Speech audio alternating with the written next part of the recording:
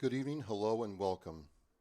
My name is Travis with Oscar Mike Radio. I'm joined by my host, Danielle of Devoted to a Soldier, and together we are Devoted Mission. Yep, yep. Hang on, we're just going to turn that down.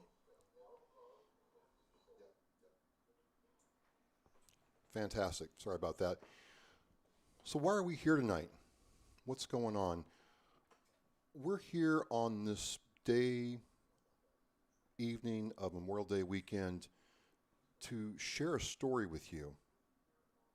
And Danielle, I kind of want to know what you think about this. This story is about a U.S. Army Green Beret who was lost to us in Laos during the Vietnam War, and it took 21 years for a son, family, and community to get closure. And what we're going to show you is what happened, not only to Staff Sergeant Richard Fitz Sr., God rest his soul, but also how it affected his son Richard and his journey to find closure for his family. And Danielle, we're doing this tonight, and I'm kind of curious, you take care of and minister to mothers who've lost their children. As a mom coming into this and your son served in the Marine Corps, what are your feelings about this before we get started? Well, I don't know if I can put actual words on it because it's been very emotional as I've watched Richard just today setting up and I've talked to him a little bit. I don't know if there's any actual full closure that happens. I think it's a process, and watching the ripple effect, because I always talk about ripple effect in life, watching this ripple effect of how it's affected him, how it's affected the community, how it's affecting me. I've never seen the documentary, so I'm kind of on my seat of what's going to happen, how is this going to unfold, and what it's going to do to me personally. So we want to get into this, and what's going to happen is there's a tribute. A lot of people came together to make this moment happen. We thank them. You're going to watch a tribute to not only the veterans who served during the Vietnam War, a tribute to Staff Sergeant Richard Fitz Sr. You're going to also see people thank Richard for having the courage to tell his story. And then we're going to go into the movie, 21 Years of Folded Flag. Afterwards, there's going to be a live Q&A period. Danielle's going to take questions from people on the chats, and you're going to get a chance to ask Richard and Rudy questions directly. Rudy Childs was the producer, and Richard Fitz, this is his story. And, you haven't seen the documentary, but it is really special that we're able to have this moment together, Danielle. I'm very excited and very honored to be sitting here, not just with you, but with Richard and Rudy. So we're going to ask you to, ask questions. We're going to ask you to check this out, but we're going to ask you to listen and understand what the story being told here. So without any further waiting, we would like to present 21 Years of Folded Flag.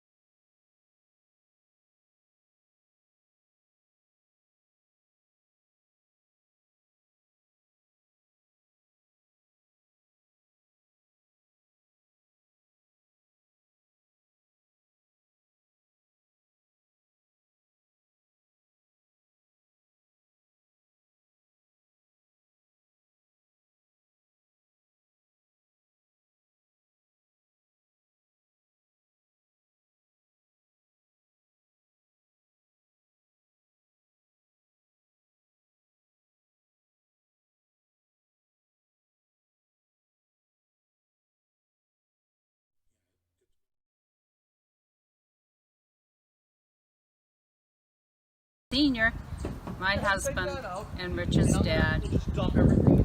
We are blessed and honored for that privilege. Thank you. God bless America.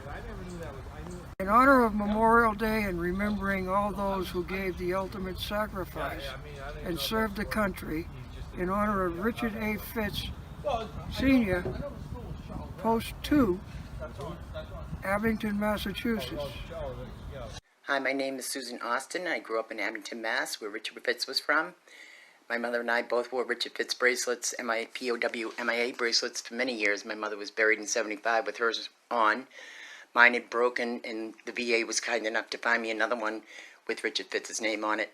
And I went to Richard Fitz's wake, and I put them in the box, both of them, the broken one and the one I wore for so many years. But to us in Abington, he'll always be a town hero. Ed McGee here, United States Marine Corps. And I put them in the box, both of them, the broken one and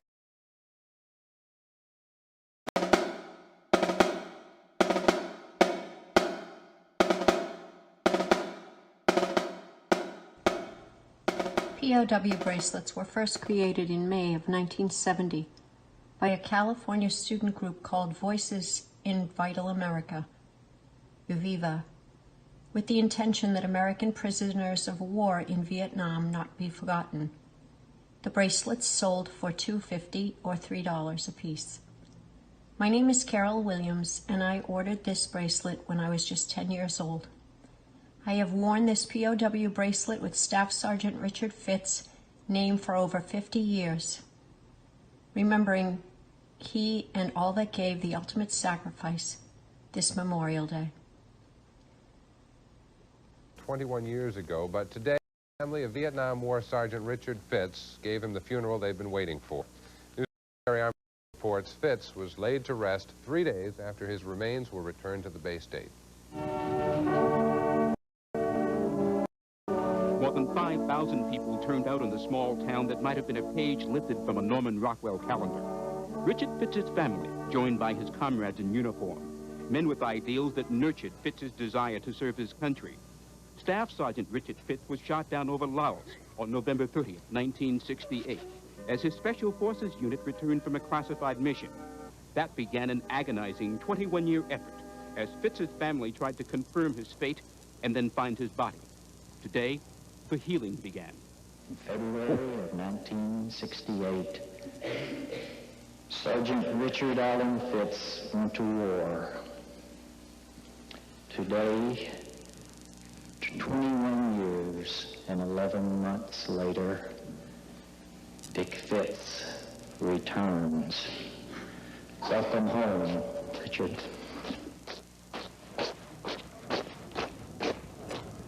Then the slow cadence march towards Mount Vernon Cemetery, their footsteps echoing the eulogy that remembered all the Richard Fitzes missing in action across the Vietnam years.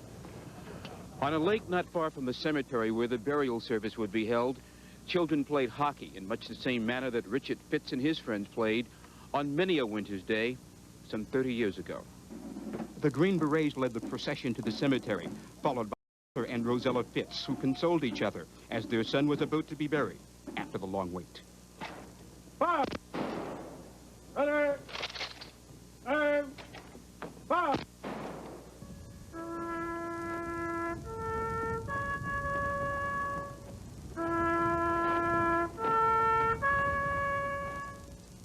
And a missing helicopter formation flew over the gravesite, giving their final salute. Richard Fitz was finally home. Gary Armstrong, News 7, Abington.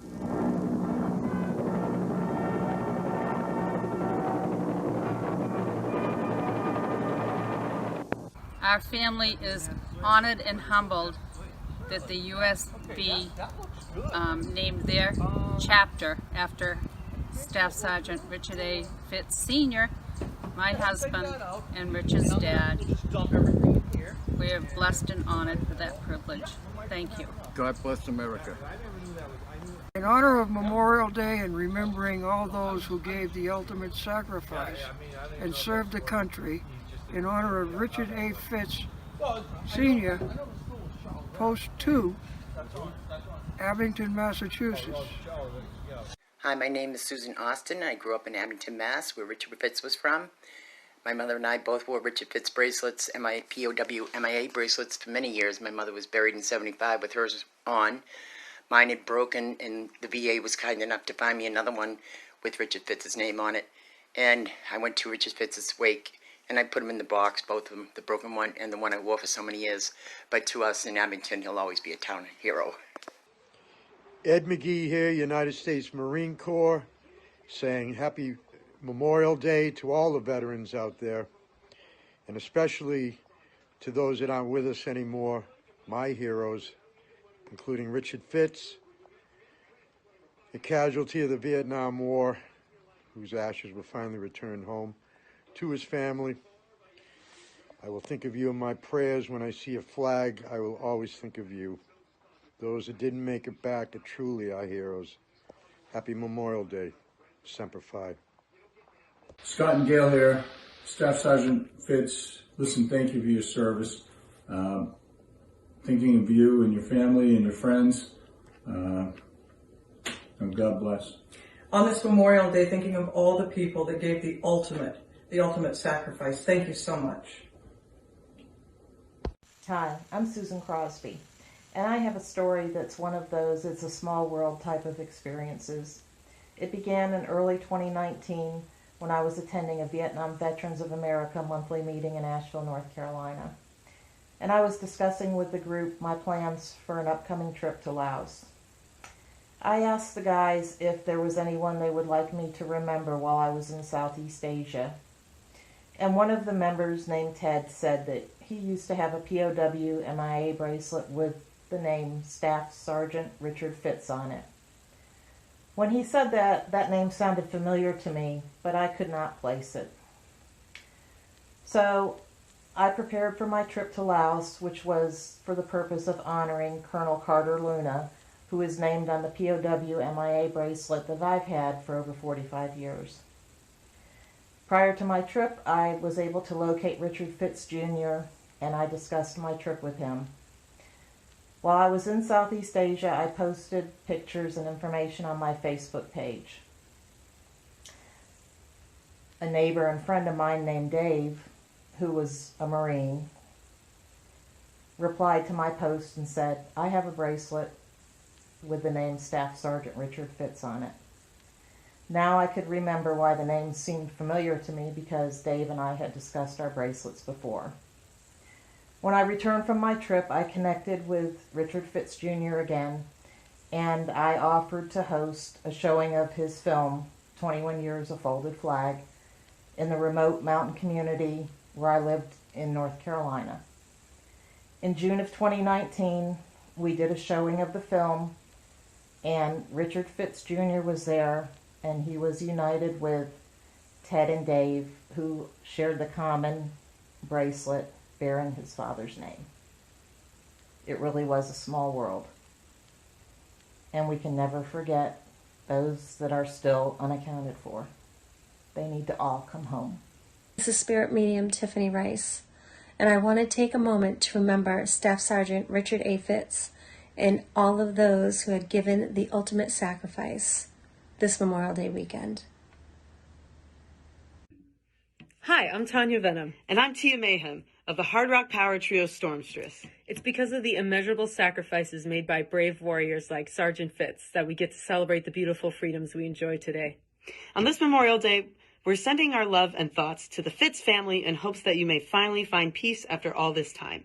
And we're also offering our gratitude to all our fallen heroes. At this time of year, we are always reminded of our fearless veteran grandfather, Homer Lafian, who was a sergeant of the 82nd Airborne Special Forces in World War II. We love you, Grandpa, and we miss you. Happy Memorial Day. Liz Borden here, musician, jack of all trades, love the Fitz family, and so happy to give this shout out. I am wearing a bracelet. I've had this on since 1970 when I was a child, and asked my mother if I could have one of the POW and MIA bracelets that were being given out, and I believe they sold them for a small amount which went to a cause. But my mother took me, we were in New York, and she got me one. And I've worn it ever since. You can see it's very, very worn out. And I have Staff Sergeant Richard Fitz Sr. on mine. Well, through twists and turns and different things in life, his son, Rich Jr., is now my brother. His family is my family. The sacrifice that Staff Sergeant Richard Fitz Sr. gave his life for me, for our country. I think the documentary that Rich Jr. did is brilliant. It's moving. And I would just like to say thank you, to Senior and his whole family. And he gave his life for us, for me, for this country. I will always have this on. Rich and I decided that I'd keep wearing it to keep the conversation going, to keep it fresh, to have people talk about it. And all I can say is thank you. Hi, Rich. Jim, Bob, and Paul Doolittle from Crossroads Music. We are remembering our family's service this Memorial Day. Our grandfather was in World War I, World War II, and the Korean War. Our father was in World War II and the Korean War. And we have some pictures here of them in uniform together. Thank you, Rich.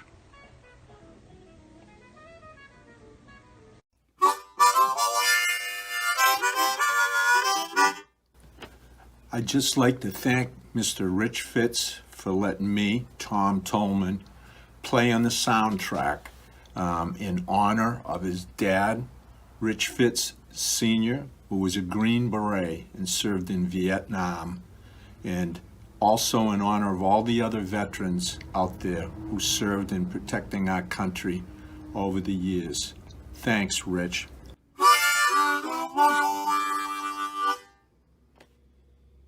Hello, Richard. I'm Ken Bowring, and I served as a 1-0 for RT Idaho and RT Sidewinder in SOG.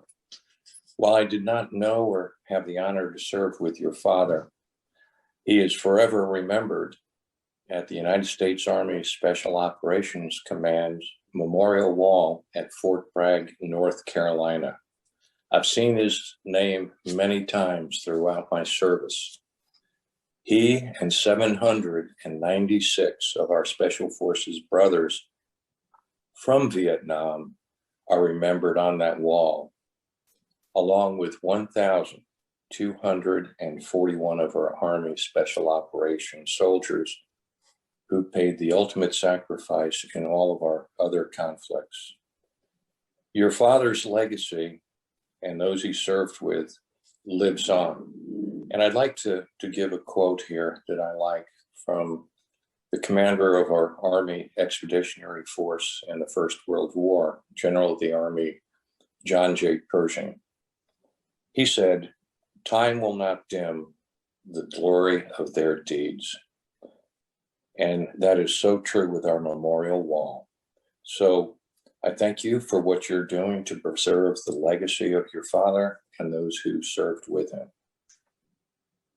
Hello everyone, my name is Hirsch Gardner from the band New England. Don't ever wanna lose ya. Don't ever wanna lose ya. Don't ever wanna lose ya. On this day, we are paying tribute to Sergeant Richard A. Fitz and all of those who have paid the ultimate sacrifice. Thank you for your service on this Memorial Day. Hi, Richard. I'm Dick Thompson. I was at Fubai when your father was killed. And as I mentioned to you when we talked on the phone about 18 months ago, I had the task of inventorying your father's personal effects. And that's when I saw the picture of the little 2-year-old boy that I never forgot. I appreciate you honoring your father with this film, and I hope to see you at SOAR this year. Take care and stay safe. Hi everyone, it's Gary Hoey here, guitar player, recording artist, husband and father of 2, and a family of military veterans and police officers. I could not be more honored to be here today, remembering Staff Sergeant Richard A. Fitz and all who gave the ultimate sacrifice. And to all the families, we say thank you and God bless you on this Memorial Day.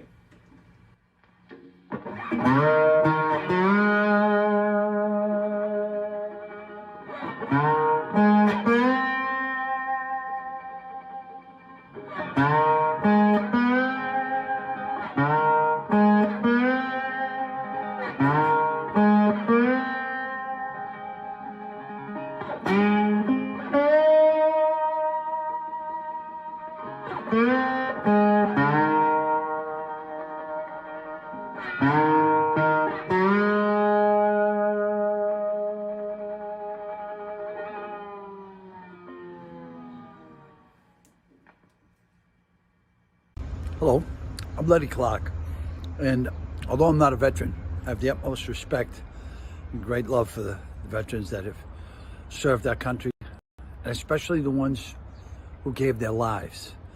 One particular veteran is Staff Sergeant Richard Fitz from Abington, Massachusetts.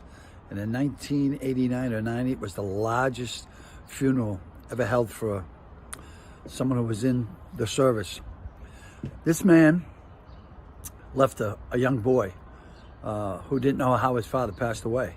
See, his dad wasn't drafted. His dad volunteered. And he also volunteered to become a Green Beret. And then he volunteered to become a guy in secret missions in the Green Beret. And his son has made a movie, 21 Years, A Folded Flag, that I hope everyone gets a chance to see. And it's just a snippet into the lives of these people that gave theirs for us. He was on secret missions, black ops, whatever you want to call it, but he ended up giving the supreme sacrifice, his life. And it wasn't until 21 years later that his family got his remains back. And his son took it as a project of love to make this film. And it's an amazing film. You should all check it out. There were over 50,000 men and women who died in Vietnam. Undoubtedly the most unpopular war we've ever had in this country. And this Memorial Day, I'd like you to think about it, because Memorial Day is, yay, party time. No, this Memorial Day is not about that. Memorial Day is about remembering men and women who gave their lives. And, you know, I'm a comedian, and I'm usually making jokes about stuff, but not this. We have over 50 people, Green Berets and others, that are still missing. And think of those families. These people gave the supreme sacrifice.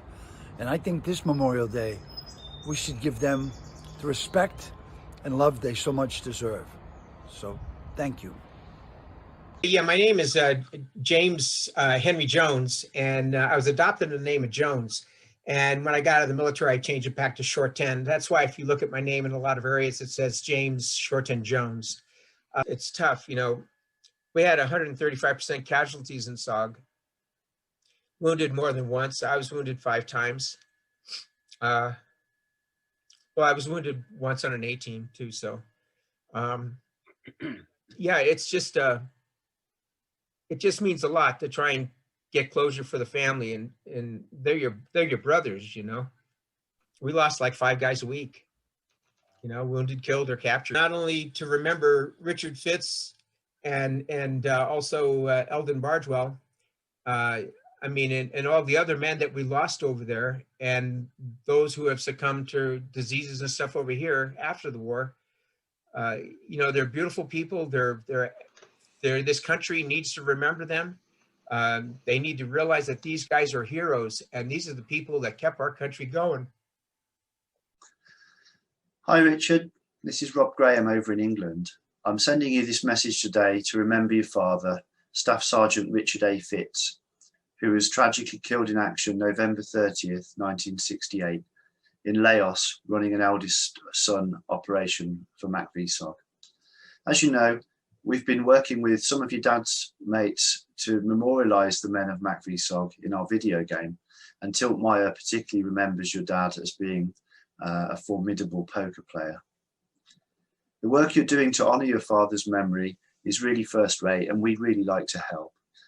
I spoke with General Bore and some of our team this morning, and we'd like to honour your father's memory by adding in a plaque to our video game in memory of your dad at the end of the Eldest Son mission. This plaque will be seen by millions of players. I know the men of SOG are really looking out for you and have been for some time, and your dad looking down, he'd be so proud of the man you've become. Let's keep this fire burning together. Hi, I'm Mistress Carrie, and I am honored to have been asked to be part of this video presentation. Memorial Day is a very somber occasion for many people that have affiliations with the military. Not only those that mourn their brothers and sisters in arms, but the families that mourn the loss of their loved ones. Richard Fitz Jr. never got to know his dad. His dad died a hero, but in secret. And the journey that Richard Fitz Jr. took to get to know his dad and to learn the secrets of his father's service are this amazing tribute of the love of a son and a father. I was honored to meet Junior a few years ago when he started making the film, and I just think that it's such a powerful piece of filmmaking that only a son could make. And I think screening it over Memorial Day weekend is a really powerful way to remind everyone why it is that we commemorate this holiday. Richard is a loving son whose family has sacrificed more than most for the country that we live in. As the wife of an active duty Marine now myself, I have a better understanding about what military families go through. And this unimaginable loss that the Fitz family has suffered is something that the rest of us should remember and be grateful for. I know you're going to love the film as much as I do. I'm honored to call Richard a friend. And obviously from everyone in my family, we say thank you for the sacrifice that your family has made for this country. And we'll be remembering your dad this weekend and every day, because he is now a part of my war room too. Hello, my name is John Stryker Meyer, aka Tilt. During the Vietnam War, I served in the Secret War with Green Berets that ran missions across the fence, top secret missions. Amongst the many men, the Green Berets that I served with was Richard Fitz. On November 30th, he was one of 7 Green Berets that were in a helicopter on a top secret mission flying into Laos when their helicopter was tragically shot down. All on board died. He was killed in action. And that date I'll never forget. I remember Richard as a fearless Green Beret, an outstanding soldier, and on a very personal level, he had a bad habit of taking my money in poker games. He was one hell of a poker player.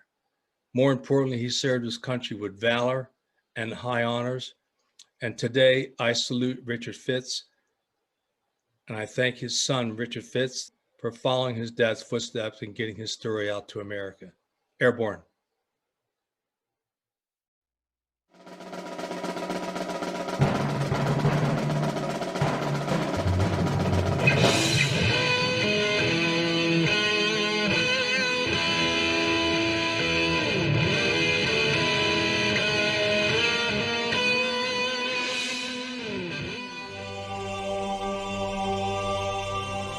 Unsung, the noblest of deeds will die. Welcome to small town America. Abington, a tiny little town in Massachusetts, just south of Boston. And in this town they have built a wall to remember and honor their fallen heroes, and a reminder of who and what they left behind.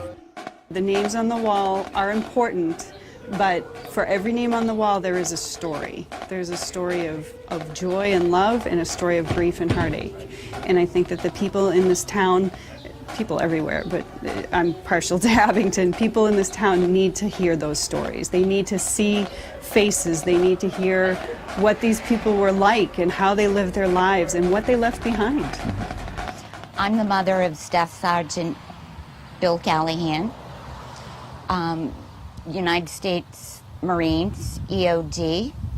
He was killed April 27th, 2007 in Ramadi, Iraq. My son, Sergeant Daniel Vasilian, was killed in Afghanistan 2 days before Christmas, December 23rd, 2013. My father, Staff Sergeant Richard A. Fitz, was a Green Beret who was killed in Laos on November 30th, 1968 on a classified mission. There are possibly millions of like stories. So many families have sacrificed. Mothers, fathers, brothers and sisters, sons and daughters. All of our stories have a reality that is darker than footage, deeper than history. It's history with a broken heart. Memories full of empty fragments and missing pieces, desperate to find wholeness and resolve. There is no footage or reenactments that will fulfill that void. If you are a son or a daughter that has been struck with the tragedy of your parent being killed, no matter how old you are, your most poignant question is, how did this happen? And your answer is your God-given right to know. In my case, it was much different. There are no American combat forces in Laos. We have been providing logistical support and some training for the neutralist government in order to avoid Laos falling under communist domination. As far as American manpower in Laos is concerned, there are none there at the present time on a combat basis. We do have aerial reconnaissance. We do have perhaps some other activities. I won't discuss those other activities at this time. Current day Laos. Beautiful, addicting in its tranquility, and majestic in its grace. One could get lost in dreams of a peaceful life just by seeing it in pictures. But today is a radical contrast of what Laos was 5 decades ago. The events that took place then in a top-secret war would completely alter my life forever.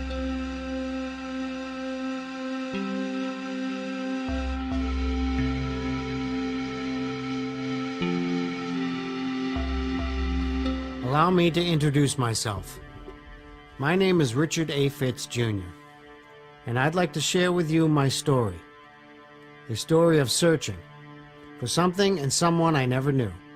My father, Staff Sergeant Richard A. Fitz, a Green Beret who was killed in 1968 in the Vietnam War when I was only 2 years old. A story that took 21 years and 41 days until his remains were returned, and only then allowed me just a glimpse into a mysterious world, and in turn led me on a journey that wove through a myriad of unanswered questions, and the realization that in some ways I may have been searching for myself.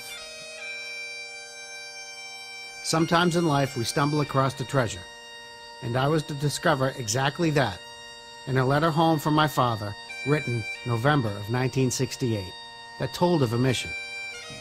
That letter would shine a beacon of light pointing to the Black Hills of South Dakota and led me to a close friend and teammate of my father's, Brian Krause, who recalled that very mission.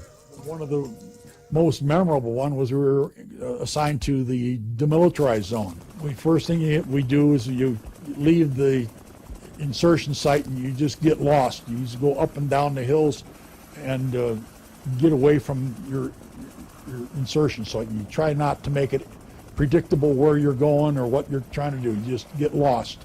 And the hills in the demilitarized zone were pretty much straight up and straight down. So we go up one hill, down halfway down the other side, walk along the side, and go back over and try to just lose any trackers. And then we spent the night on the side of a hill, sleeping in a 45-degree slope and trying to brace your feet up against some trees. You never take your equipment off. And the next day, we're early in the morning, we continued up top of one of these mountains, and we found a whole bunker complex. We found some wire first, blue communications wire. We walked up the hill following the wire, and we found a bunker complex. All the bunkers were empty, nothing left behind. So, okay, we'll look it over, took pictures. We heard firing down below at the bottom of the hill. Sounded like they were doing range firing. And so I said, well, let's break up their day. We said, well, we're going to set up an ambush. There was a trail. We didn't know if it was going to be anything would happen or not. So we set up an ambush. We set up some claymore mines, and we waited for about a half an hour or so, and then we heard people coming up the trail. We had 4 VC coming up the trail, and we ambushed them. But we stepped on our dicks because they were walking point for a company. They came up charging. Well, thank goodness they had set up the claymore mines with white phosphorus in front of the claymore mines. They blew these white phosphorus off, and of course it stopped the initial attack, but they were quickly, the NVA were very good about addressing. They used whistles. They used blowing these whistles and whistle signals for deployment around us, and they were starting to surround us, and it didn't take long. Needless to say, the company drove us up to the top of the mountain. Our shit was weak.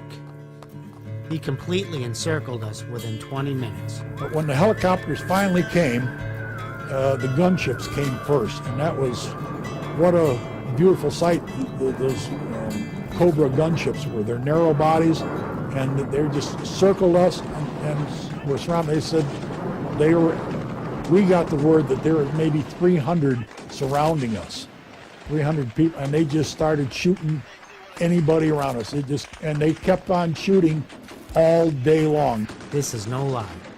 The gunships got there just in the nick of time. We were shouting at each other. That's how close we were. They were hollering us, and we were hollering at them. And then we called in airstrikes, and they heard them get burnt by the white phosphorus. And I heard them screaming. And take that, you son of bitches. And we were starting to run out of ammunition. I carried a pretty heavy load, but we were getting low on ammunition, and we started getting more selective of where we're shooting. Right now, you're probably wondering, did anyone get hurt? No one got killed. We had 3 Brew and 1 American hurt.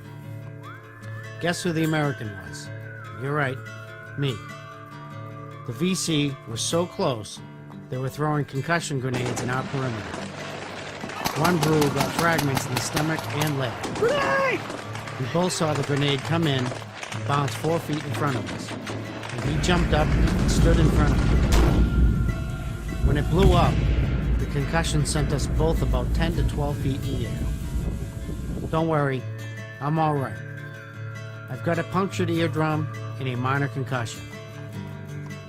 Time for an extraction. Since we were on top of their bunkers, we found one of the bunkers that was a good extraction site, had a clearing overhead. Helicopters were able to come in close. Spider, I think, was one of our chopper pilots, and he came in and he was hitting the treetops, chopping down little small branches, and they threw down ropes out of the helicopter, and we grabbed onto the ropes. And first we loaded up our mountain yards, got them extracted. Then we started getting in extracted, and before we could get extracted, there was somebody coming up the trail for us. You can see this NVA soldier coming up, not the trail, but coming up behind us, behind the bunker, and it says Bader or Fitz saw him first, and Bader and Fitz were having a little argument on who's going to shoot this guy. I'm the team commander, but I saw him first. My chance to shoot him. do funny things in there, and so I had to tell the chopper pilot, hold off a minute. We're having a little argument. Who's going to shoot this guy? All the members of my team have been put in for Bronze Stars. I don't know whether we'll get it or not, but we've been put in for it. It's for the last mission we pulled. When we came out, General Stilwell was waiting to congratulate us personally. He had been listening to the whole thing over the radio while Krause was calling back for airstrikes. He made the remark that it sounded like World War broke loose on that goddamn hill. He said the only thing he wanted to ask us is where we got the balls to ambush such a large force with only 12 men. Takes a lot of courage to do what that boy was doing, whatever it was.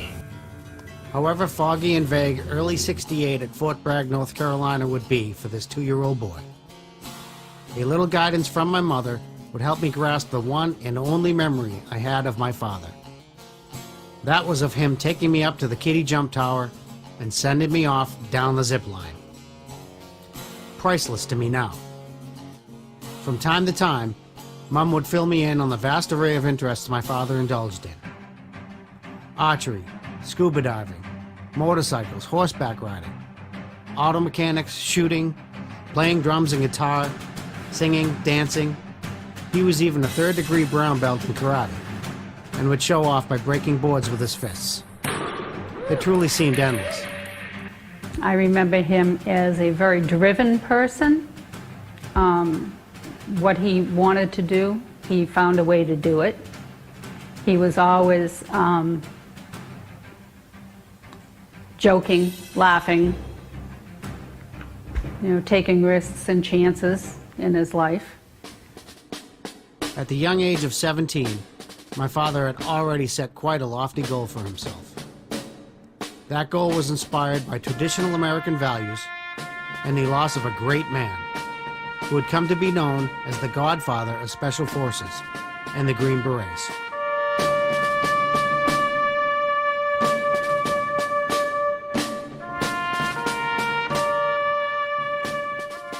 The first time the family became aware of the Green Berets was while they watched an ironically similar event on TV after President Kennedy was assassinated. There was 2 gentlemen in the rotunda in the honor guard that had some Green Berets on, and it was explained that they were a special outfit being trained at Fort Bragg, and President Kennedy had allowed them to wear the Green Beret. And that's how it started. He said to his mother and me, I'm going to wear that someday. As a kid, you laugh, okay, you're going to wear it. Little did I know. His father was a member of the VFW, and I was a member of the VFW. And we were down there one night, and Walter, who was his father, came over and asked me if I'd be willing to talk to his son about Vietnam. He was in the Special Forces, the Green Beret, and he was going to be going over there, and he was going to be going into the Central Highlands, where I was. So I said, sure, I will. So after that, we sat down on the table and talked about Vietnam. I guess my father was good at things to make him good in the military. Again, it was easy for him to adapt to things. Very quick learner, very outgoing. So when you train in the military, especially become a Green Beret, those are qualities you have to have and more. And I guess he took to the training very quickly, very easily. I won't say easily, but it was a smoother transition than most for him. And so he was able to complete the training fairly quickly because of those type of things that, just the type of person he was. When he knew something, he went for it. When he liked something, he wanted something, he went for it.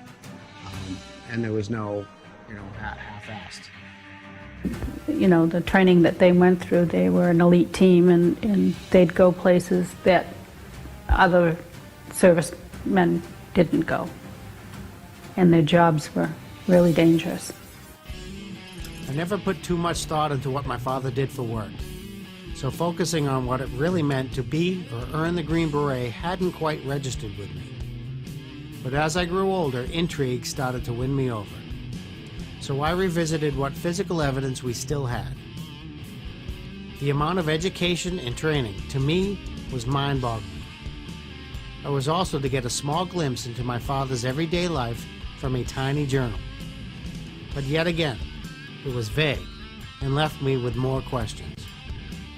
One thing I did understand, if your training is classified, then my father's job certainly was not ordinary.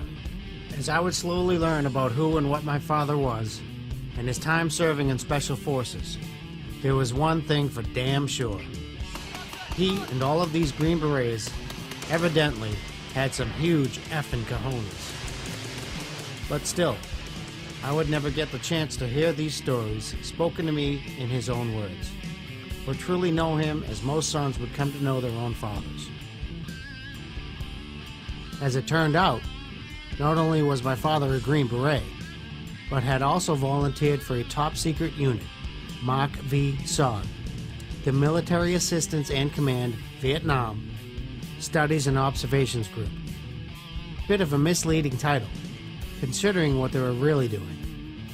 Conducting long-range reconnaissance, operating in the enemy's own backyard, wiretapping, sabotage, prisoner snatches, and psychological warfare, being directed from the highest levels of the Pentagon and the White House, all whilst under a veil of secrecy. Some real CIA, James Bond type shit. 3.2 million Americans served in Vietnam. Of that, 20,000 were Green Berets. Of that, 2,000 served in SOG. Of that, 400 to 600 ran recon, of which your dad was one. And so those numbers tell you how elite the unit was and what your dad was a part of. As I grew up, to me, my father was older stories, secondhand information, handed down faded memories, never something tangible and real. It all seemed like a character in a book, a fictional hero. You can't reach into a book or a story to touch them or talk with them. No holidays spent, no birthdays celebrated. And like any son would want, the opportunity to hand their father a gift, as my father did for his father on a very special Father's Day. He would send home a letter and a recording of his actual voice, the only piece of him we would have left. And with this gift came much more. My father's hard-forged rite of passage to manhood and a nation's symbol of excellence, his Green Beret. Dear Dad, approximately 19 months ago, a young boy left home to join the army. About 8 months later, this young person, only now a young man, came home and gave you what you always wanted, a pair of silver wings. Do you remember? He pinned them on your chest. I'll never forget that night, Dad. I felt closer to you than ever before in my whole life. Do you remember what you said that night? You told the people that you wished that I would reward you with my Green Beret. And I said you would have to earn it yourself. Well, I tried to find something you would like for Father's Day. And I figured that my Green Beret would be the best, so here it is. Please take care of it, Dad. It has gone through hell with me and is all worn out. Take it in your hands and squeeze it, Dad. Maybe if you close your eyes, you can see what we've went through or where we've been. I don't know if you can or not. I don't know if I make the beret or the beret makes me. But let me tell you, whoever that beret is, you can see and feel me. When you hold that beret in your hands, you hold me. Because we have been through so much together that we are part of each other. I wish that I could tell you the places we've been, or the things that we've done, but I can't. The best I can do is send you the beret that has been with me all the way. Maybe you can close your eyes and squeeze it and see it all. I don't know. I know if I ever wanted to remember, all I would have to do is close my eyes and squeeze it, and I would be able to see it all again. I'm just sorry that I couldn't be there to give it to you in person. I think it'll be a hell of a lot easier than this way. Please take care of it, Dad. It's been through more than enough. And don't want to go through any more. Treat it like your own son, Dad. Because believe it or not, the gray you hold in front of you is your own son. Happy Father's Day. Less than 6 months after my father had sent that letter, the fateful mission my father was killed on would occur. The government, however, would not admit any knowledge of his death and would keep his status as MIA, or missing in action. I remember my grandfather, Alden Smith, from my mother's side of the family, a no-nonsense, hardened World War II Navy veteran. He told me he was holding me in his arms the day the casualty officers came to his door looking for my mother. They told him of my father's MIA status. Years later, he would admit that deep down, he knew what they meant, and it wasn't missing in action. Yeah, I was at my in-laws' house at the time that they came to the door. And I said to the guy, no, I don't think so. He was wounded because he had written me a letter home saying that he was wounded, but he was fine, you know. So I assumed that, you know, they knew that he was wounded, you know, and they were getting that confused. So I kind of like didn't really believe what they were telling me. They came to tell me he was missing in action. So I said, no, he's not missing, he's fine. I had the feeling that he wasn't really lost, because he was so good at, you know, like finding ways to get out of things and, you know, taking care of himself. I figured that he probably found a way to get away, or that he was captured, or that he found some nice little Asian girl and took off with her. Yet another patriot protecting our freedoms and democracy, fighting to liberate the oppressed, thousands of miles away from home and his family. Then suddenly that family sits and waits with no answers, just wondering. Alongside so many others in the same situation, asking the same questions of fate and what ifs. Those questions would slowly awaken a sleeping giant, determined to seek out answers, a movement for the truth. POWMIA, prisoner of war, missing in action. My grandparents, Walter and Rosella, were first and foremost really spearheading a lot of this work. Their constant efforts to try to keep it remembered, keep their names in the spotlight, because it's a natural tendency for people to forget. And if you tend to forget, you don't keep that stuff alive, then it tends to, it's a domino effect. It tends to, all those dominoes tend to fall down and nobody gets remembered.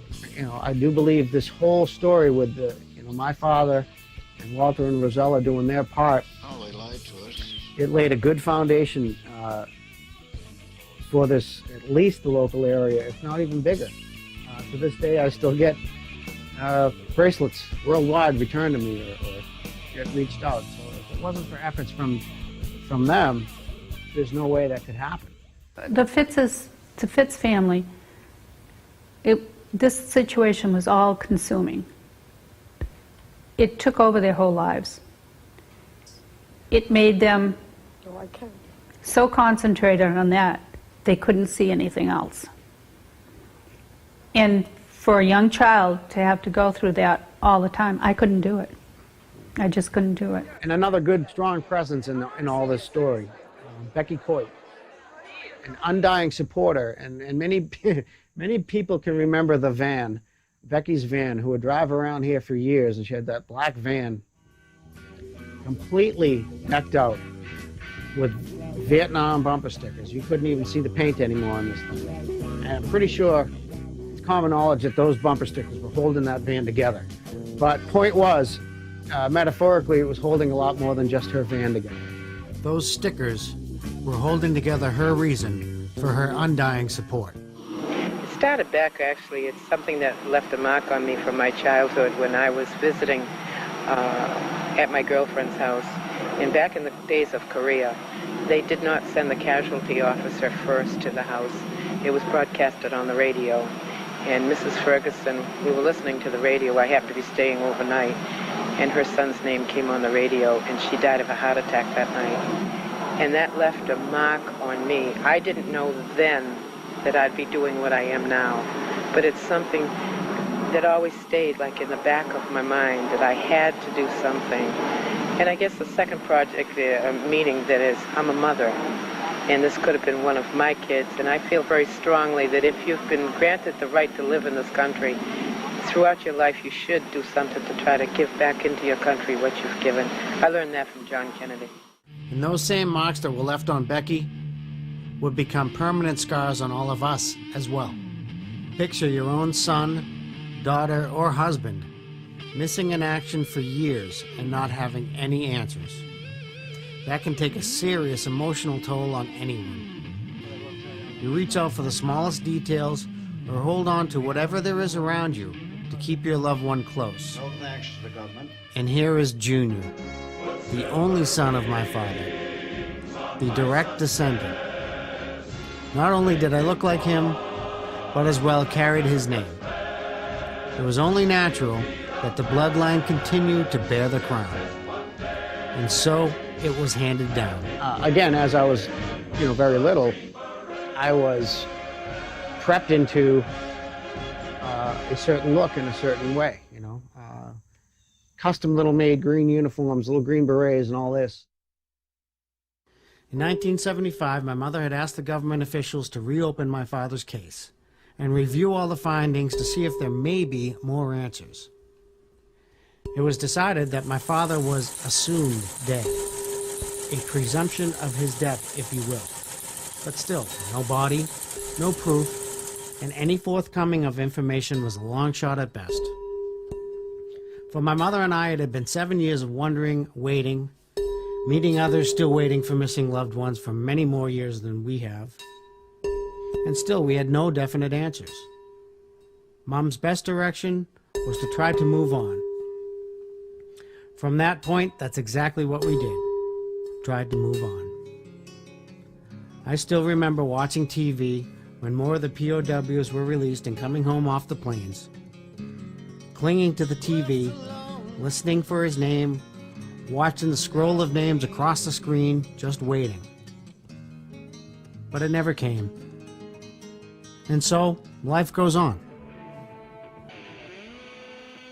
The 75 funeral, I guess it could be a bit of closure. It was a point, a pivotal point, especially for my mother, where she had been back and forth, and along with the Fitzes, Walter and Rosella, trying to find out answers. And we're always either stonewalled or kind of shunned, or people would just clam up. And at this point, when my mother had met a lady, I believe this lady had a husband that was missing from Korea, I believe it was. And this lady was going on 15 years not knowing. And just her life was consumed with trying to find answers, looking for her husband. And I just couldn't see her living in that doubt for that long. And having her kids be in that situation. So that's why I asked to have the case reviewed. I didn't ask them to put a presumption of death on your dad. I asked them to open it up.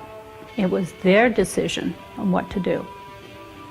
So in 75, the funeral was laid to rest, as you would say. and we would move on. And that's what we did. Try to not think of all that sadness and everyday wonder. And that's fine, you know. Probably the best move you could make, or the best decision at the time that you know how to work with, you know. And so we did that. My life did go on. Who my father was and some of what he did was always known to me. I had a few pictures, some of his medals, a few personal belongings sent home from the Army. Any questions I had were always answered by my mother the best she could. But the reality is, I never kept the subject of it all in the forefront of my everyday life. Why keep asking or wondering if there are no answers? It can easily turn into a constant letdown. So you occupy yourself in other ways. Little did I know that during all these years, the U.S. had been working in conjunction with the Laotian government, alongside actual soldiers as eyewitnesses, to help locate, excavate, and ID remains in an effort to bring a full accounting of our missing in action. And for me, 2 decades later, it would all come around again. I was at work in the back room. I was actually a boss of a couple people in the receiving department, and got a phone call. And there it was Walter Fitz, my grandfather. And all I hear on the phone is that typical Local 4 South Boston accent. "We found your father." And I kind of went numb. I didn't know what to think about that. And that's how this all started to play out, with a phone call. And I really wasn't up to date or privy to what was going on or why they found him or his remains. But I had put it all behind me.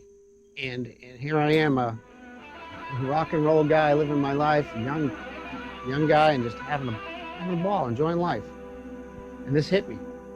And I didn't know how to feel or react. I kind of went numb again. And that's when it all started. I just remember uttering the words, and it came to me right at the time. I said, "You were given a new life. These guys are going to put together the pieces of the puzzle. You're going to actually be able to see what this person was as well as you can, just by people that know. It's going to come together slowly. It is going to give you a whole new outlet. You can have new people to talk to. You can have a support system. These people care. A lot of people may have not known you existed until this happened. And the amount of outpouring of support and what would eventually be love from some of these guys, it was real. Some of them, they traveled. They traveled to come to this wake. And it's exactly what happened. And it was a life that I'm not going to say I didn't know anything about, but I just was so far removed. It was such a contrast to what I was doing. My life suddenly went from this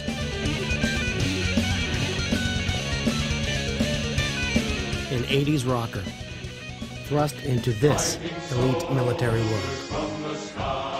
It really is like if you're in a sea of water and you drop a little spot of oil in there, you know, it just doesn't mix. I was completely out of my element. I didn't know anything about what anybody was talking about. Terms, acronyms, you know. Some people would come up to me and shake my hand as if I knew all about this and I was dealing with it all my life, which was not the case. So you tend to feel a little awkward and out of place. And this new life was something that from this point on, I had to learn all over again. And I mean, you know what? I didn't have to. I didn't have to learn it, but I should have. And it took me metaphorical lifetime to get to this point and figure out a lot about what I was being introduced to. I remember countless TV interviews and newspapers, and I must have met thousands of people I had never seen so much military and police and fire presence in my life at once. It was enormous. And you're going by, you're shaking hands, and you're numb, your head's spinning, and you're constantly trying to think of how am I going to thank all these people, and how do I react? And I don't know anything about what anybody's talking about. And most of the time, for some reason, I was not involved in a lot of the newscasts, a lot of the interviews, and I still don't understand why. Nobody does. As a matter of fact, a lot of people didn't even know my father had a son. As life goes on, we get back into it. It's when I get the call. I'm already this long-haired rock and roll, local little guitar wannabe hero, and pretty boy.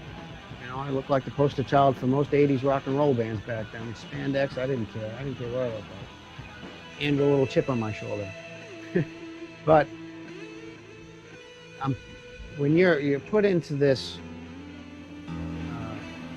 this new world, this completely contrast world, the oil to water, so to speak. Here's a persona that I used to, as a child, I used to be this little miniature Green Beret who would carry on his father's name or his likeness, or be that guy. And then now I'm coming back and everybody's watching me get handed a flag at my father's funeral with the long hair and the typical rock and roll attitude and mentality. Richard Fitz left behind a wife and infant son when he went to Vietnam. Now 23, the son was presented with the flag that covered his father's casket. You're older right now than your dad was when he went overseas. Yeah. Have you given that any thought at all? Yeah, it's very different. I just, like I said before, I just wish I could have known him. That's about it. So it was quite a contrast. And that, in a way, that was a poster and a picture of the contrast of what I was dealing with. Because that the way I looked in my lifestyle was completely foreign to what I was sitting in the middle of. Emotionally, physically, yes, but especially emotionally. Inside, a lot of people were geared to think that, well, I didn't know he had a son, or maybe that's why they didn't know he had a son. Maybe they didn't want to tell everybody he was a long-haired rock and roller or whatever, Who knows? The poster child thing is absolutely right. I was, again, the contrast. Hundreds of people gathered in all the newscasts, interviews, reporters, camera crews, the abundant media attention, but I still felt somewhat of an outsider, not really included. Yes, there were some that reached out, but it was obvious that most looking in did not understand my situation. But one keen-sensed Marine veteran would step in as mentor and help guide me through. And soon after, he too would realize something about himself. Why I made it back was to help you. And anybody else that, we'd met a lot of other, both me and you, have met other kids down at the wall whose father's names are on the wall. My wife always kids me that if I disappeared, all she had to do was call the Capitol Police and she'd find me sitting on top of the hill beside the wall. It helped me survive. Being with you helped me survive. It gave me a reason to keep on living.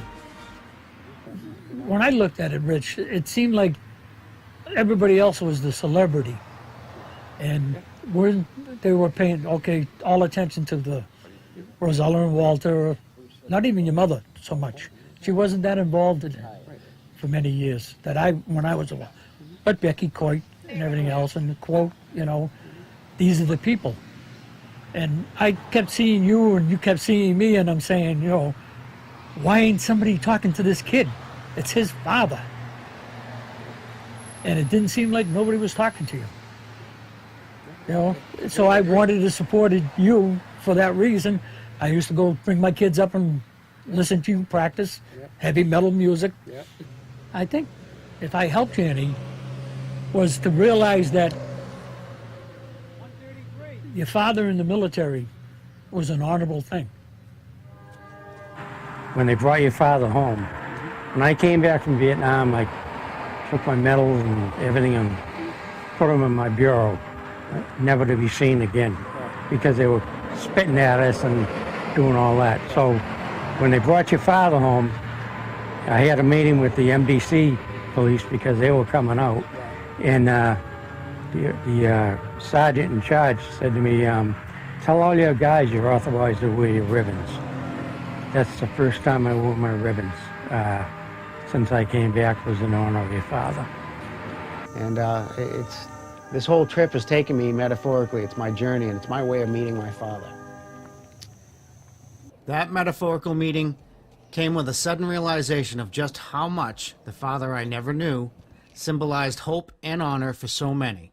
When Sergeant Fitt's body arrived in Massachusetts, he became the state's first Vietnam MIA enlisted man to return home. At the time, his father said he felt like someone had stuck a knife in his heart. That hope and promise was evident throughout our nation and even across the globe. From our local everyday Joes all the way up to the Massachusetts State House. There's nothing tougher than meeting with a family, and of course it's not the only circumstances under which you're expressing sympathy, needless to say. I had a great time as governor. I loved the job, but tragedy's part of it. And in many ways, you've got to represent the conscience of the community. I think it was important that all of us, from the governor on down, be reminded of what people like your dad did and tried to do. And at a minimum, it seems to me, you have to express some real gratitude to them and to their sacrifice. So I can't think of anything that affects a family that has a greater impact than this. And I think the frustration at asking questions, wondering, pushing hard to get the right people to pursue this, and this was over 20 years, was something that you just had to respond to. I remember just having a sense of not only their love and affection for their family member, but the frustration of going up against bureaucracy and trying to get people to take it seriously, and just, you know, if you're a human being and you've got any kind of feeling, especially you spend time in the military, I mean, this is something that you have to respond to. The outpour of support and sympathies came from so many. Dignitaries, congressmen, first responders, and veterans alike. Thousands from all walks of life brought together to honor and remember my father's sacrifice, as well as our families. Powerful stuff. Impossible to process it all so quickly. As I would walk through the entire week's events, I realized that this support made all the difference, and it would help all of us get through a bit easier. It all symbolized a victory of sorts. But within that victory, there would remain a thorn, a feeling of guilt. I came to realize this when a local Gold Star mother had told me her story of her son, who was inspired by my father's story. We were watching the news one evening, and we saw a clip about your dad, Richard Fitz, coming home. It showed your grandmother sitting in Abington outside at a service, and Bill could not understand why someone was coming home now. He then went on to really look into Vietnam, the history behind it. He looked up all of the missing in action from Massachusetts at one point. Once he got into high school, he decided he wanted to become a reservist. The day 9/11 hit, Bill was activated full-time. He had gone out as a favor to another Marine to clear some bombs that evening. And as he went out, when he went out, another was detonated right underneath him. And there I was, with this figurative blood on my hands. So many mixed emotions to process. How could I not feel somewhat guilty? Take the tragic events of 9/11, for example. Of course I felt angry and mourned for all the victims and families, but I realized a different side of sadness. I knew, firsthand, we were about to create more stories just like mine.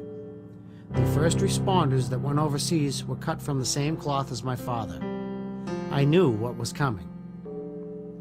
Then I was introduced to another local Abington hero that would help me understand that I was not alone, feeling mixed emotions of sadness and pride, but carrying guilt as well. Only this hero was not etched from battle.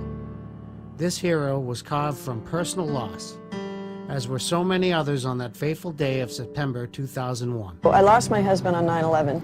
Jeff was merely going to work that day. He was flying out to a conference. He worked for Compaq at the time. He was flying out to a conference in LA, and he was a passenger on Flight 11, which was the first plane to crash into the towers. His plane crashed into the North Tower, and you know, along with 80-something other individuals that day who were doing their normal thing, he didn't come home. Terrorists had a different plan for him.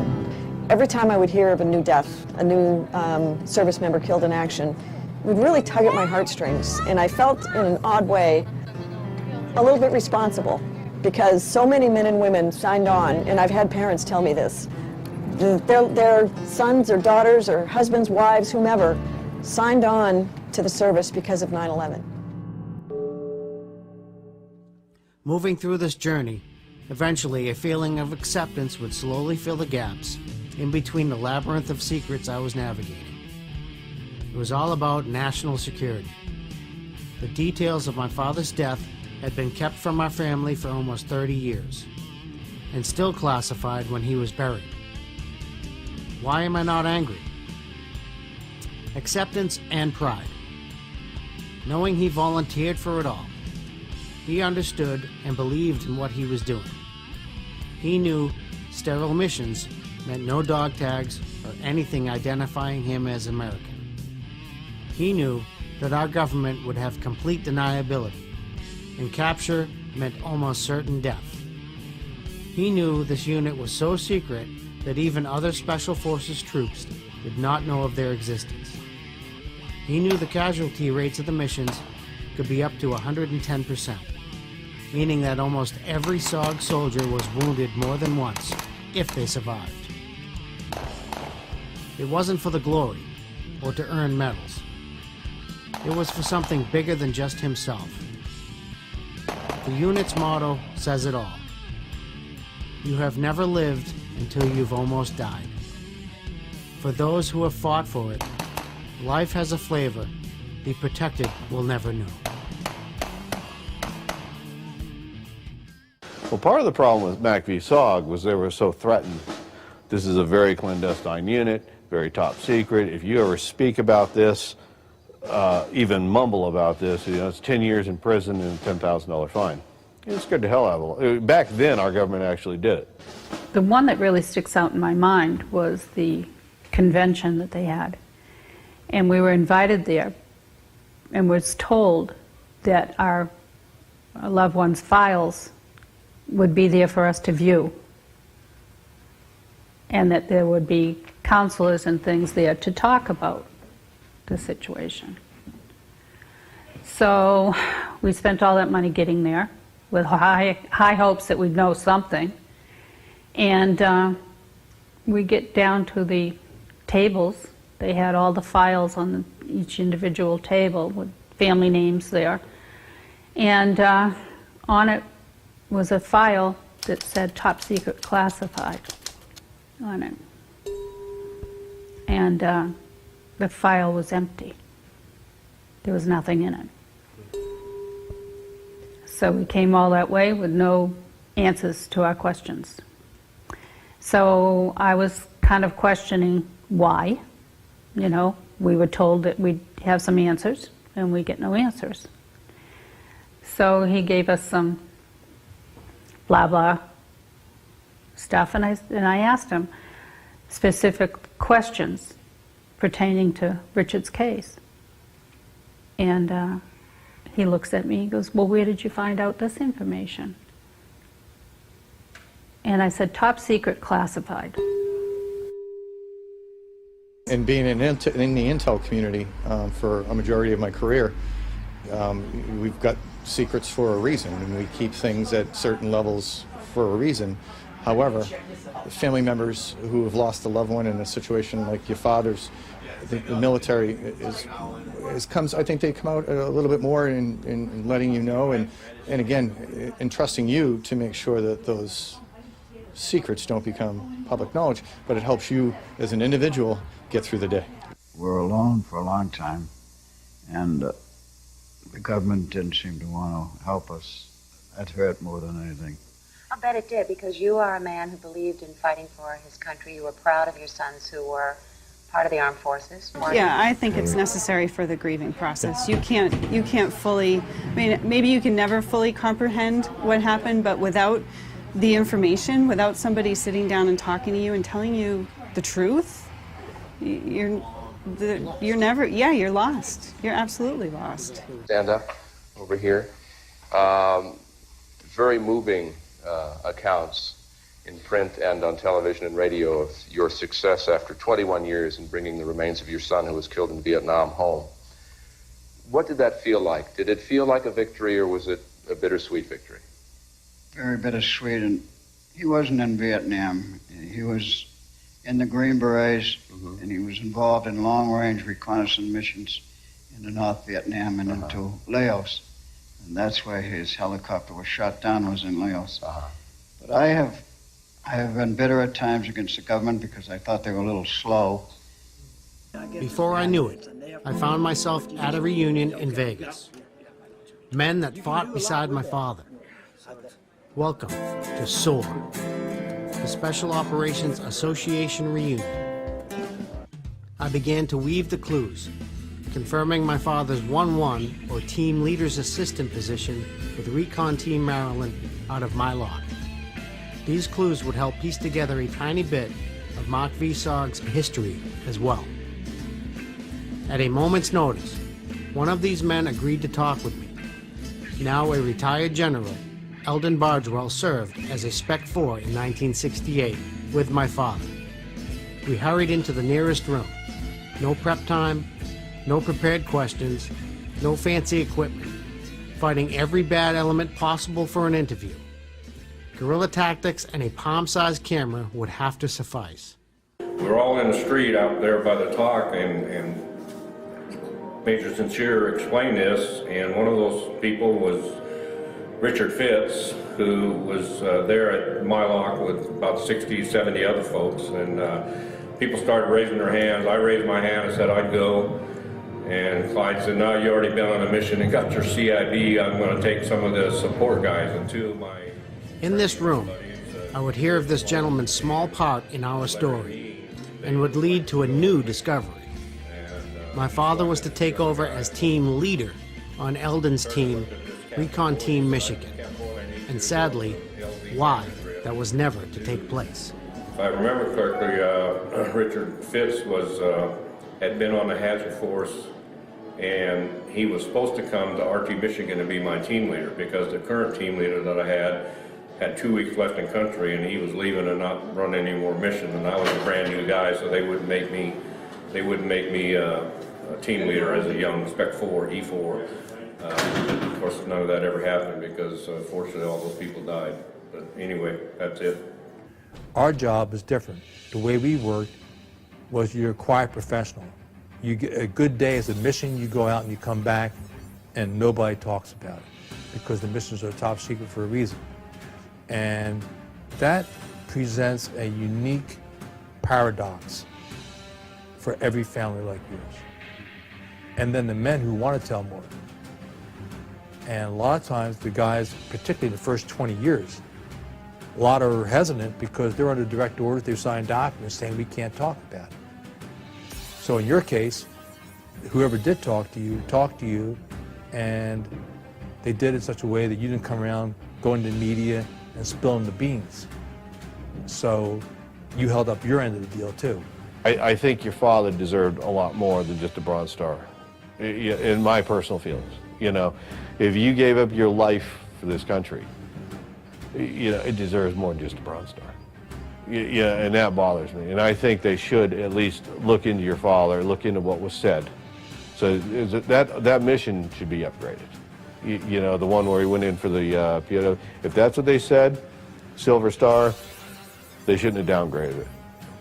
As I would continue to weave through a myriad of questions, seeking out whatever I could find out about my father, a quick message from Crawford, a SOG veteran I had never even met, would lay another gift at my feet in a simple email attachment. 4 SOG veterans after-action eyewitness reports of an earlier mission my father took part in, a successful prisoner snatch. But we went in with a late afternoon infiltration and were able to move over a pre-selected route to an RON site. The next morning we began reconning for a suitable snatch site. I think we may have been the least decorated unit in Vietnam. Number one, because we were a classified unit and the missions were obviously classified, and I don't know of anyone in the unit who ever even remotely considered anything about awards at the time. You know, it was about who you had on the ground with you and getting the mission accomplished and getting out. We found a site, we set up the snatch, we had established an ORP and had pre-positioned claymores.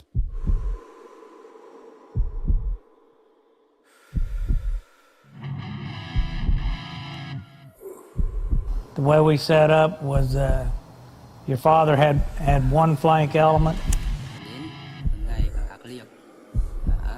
Art Bader had another flank element.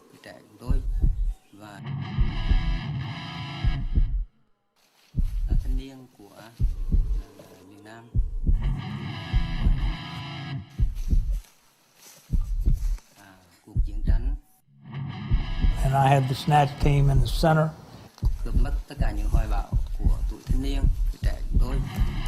Pretty much seconds after we initiated the snatch, we came under fire from extremely heavy fire from our west, which was the position your father was in. He relayed that there was a large enemy force responding to the snatch, and we're successful in getting three POWs. We started to pull back with the POWs, and we withdrew to our ORP. We covered that withdrawal primarily with hand grenades. We managed to break contact momentarily till we got to the ORP, and shortly thereafter they launched their first assault on us in the ORP, which we were able to break up the assault with the pre-positioned claymores and with additional hand grenades. That was the first of 3 assaults on the ORP. We were informed during this time that our pre-selected exfil LZ and our alternate LZ both were quoting the Covey writer, "It looks like somebody stirred up a fire ant hill down there," said they are everywhere. And so obviously we had to go to plan B, which we didn't have. And Covey was attempting to find us a suitable area to get exfil from. And he advised me that he had a bomb crater located approximately 500 meters away along the same ridge line that we were on. And we were going to have to make basically a movement under fire to get there. Your dad and Art Bader had custody of the POWs, and they were enforcing their will on them at the time to assure that we got out with what we came for. But they were, at the same time, they were having to provide the cover for us to basically do a retrograde backwards. It kind of like a mad minute that went on for hours. Not only were all the team members put in for the Silver Star, but as well, the mission's orders came directly from the White House. To quote one of the reports from Dorgan and Roger Lockshire, I could see Sergeant Fitz pulling along the 3 POWs while fighting off the pursuing enemy. Yet another what the F moment for me. We finally make it to the bomb crater, and an exfil herd came in and was in a short hover above. He couldn't land because of the slope of the ridge we were on, and he didn't really have enough rotor clearance to get in fully to the crater. We got the wounded Sioux on board. Your dad and Vader managed to get the 3 POWs on board, and as they scrambled on board the chopper, as I started to move toward the helicopter, I had 5 NVA came into the vicinity of the bomb crater, and that was my last engagement with my last round, was on the 5 of them. And then I climbed into the helicopter, and as soon as I hit the floor, one of the POWs attempted to come out of the helicopter, and he tried to go through me. So we had a come to Jesus meeting there on the floor of the helicopter. And to be able to tell the story of these missions, the veil of secrecy and a lack of information posed a big challenge. So we traveled extensively across the country and recruited very dedicated reenactors that knew every detail about Mark V. Sog, and even helped us get into character to portray the best we could. But lo and behold, one of our trips would be unexpectedly diverted, and ironically would create a chance to speak with a true patriot, as if my father's spirit was reaching out to guide us. Only this time, it was in the form of the artist's brush and a portrait of a warrior. We had the opportunity to get down there last minute and go through his gallery. It's quite an honor to sit down on this gentleman's gallery, how many people he's touched worldwide. And for me to look up and see my father's portrait next to Pat Tillman or Chris Kyle, that kind of put things in perspective. He's a very spiritual man, and I think these things happen for a reason. There's things that we can't explain that go on, and I think Ken is very connected into that world. You're real, okay? Look where I live, huh? You think these guys are out there in the graveyard watching their bones go away? Where would you be? Right here, okay? I have busloads of people come in here, and I tell them the stories. See, I know the stories of everybody here. The reason I know the stories is I have to read his epitaph. I have to read everything about him to find out what he liked to do when he was a kid, or you know, just whatever, something that if he were alive, he would say, hey, I like that portrait. Yeah, that depicts who I am. I like that. So you paint it as if he was alive with a big smile on his face. Or I was not the qualified one to get this done, okay? But like they say, God don't always pick the qualified ones. He picks the willing, and I was willing, so. One that did it for me was coming home one day, watching a spiritual medium on the TV, and he's explaining how these so-called energies or spirits come through, and how do you know it's them? I brushed it off. So, well, sometimes when a light bulb flickers, it's, you know, It's your loved one. So I, alone in my house, out loud said, yeah, and I'm sure the next, if my father wants to get in touch with me, the next light switch I hit, my light will flicker. So I get up and I went to the bathroom, hit the light switch, the light bulb blew up.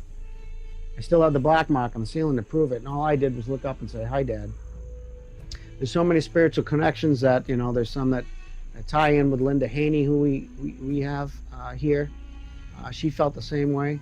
And I said that I didn't get close to people because my dad died when I was 16 and it devastated me. I adored him. And then I said, I didn't even say a name to her. I said, when the love of my life got killed in Vietnam, or Laos actually. And I said after that I shut down emotionally. That was it for me. I never got close to anybody again. And she started doing this, like with her hand, like over my shoulder, right past my face. What's wrong with this woman? She said, oh, I'm sorry, you don't know, but I'm psychic. And she said, he's right there. He's right there. He's with you all the time. Don't you feel that? And I said, well, I know he's with me. He helps me. He sent me so many signs. It's amazing. And then I cry all the time, and I say, oh, I'm sorry, I'm crying again.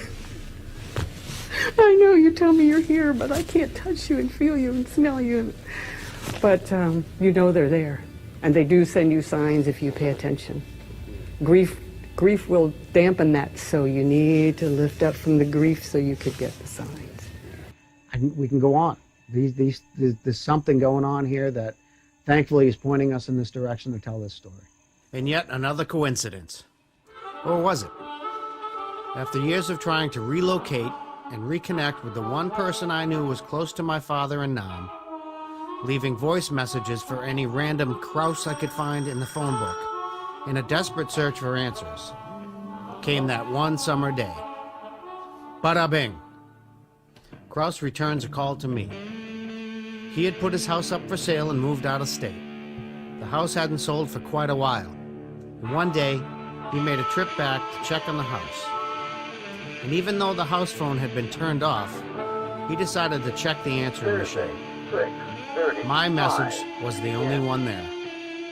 The spirits that be reach out again and soon helped paint a picture of my father's last day alive and the events that led up to that tragic day on November 30th, 1968, and the mission that, along with 6 other Green Berets, would ultimately take my father's life. We had done 3 missions that month, so normally it was only 1 mission a month. We had done more than what we needed, so as we were a young team. We were young guys and full of adventure, and we were eager to do our thing. It was exciting. It was it was a high you get out of this kind of a thing. It was exciting. You want to go back to it again. So the last day that I remember of with Richard Fitz, it was our downtime. It was a nice sunny day. First thing we have in the morning is every morning we have a roll call. We have a little distribution of who's got what assignments, if there's anything to be done. I was a camp electrician. We had a large generator. The Seabees had built a TOC underground bunker for us, but it wasn't finished yet, so it was being built. The first thing we're going to need down there is lights. We're going to need light switches, light bulbs. We're going to need outlets.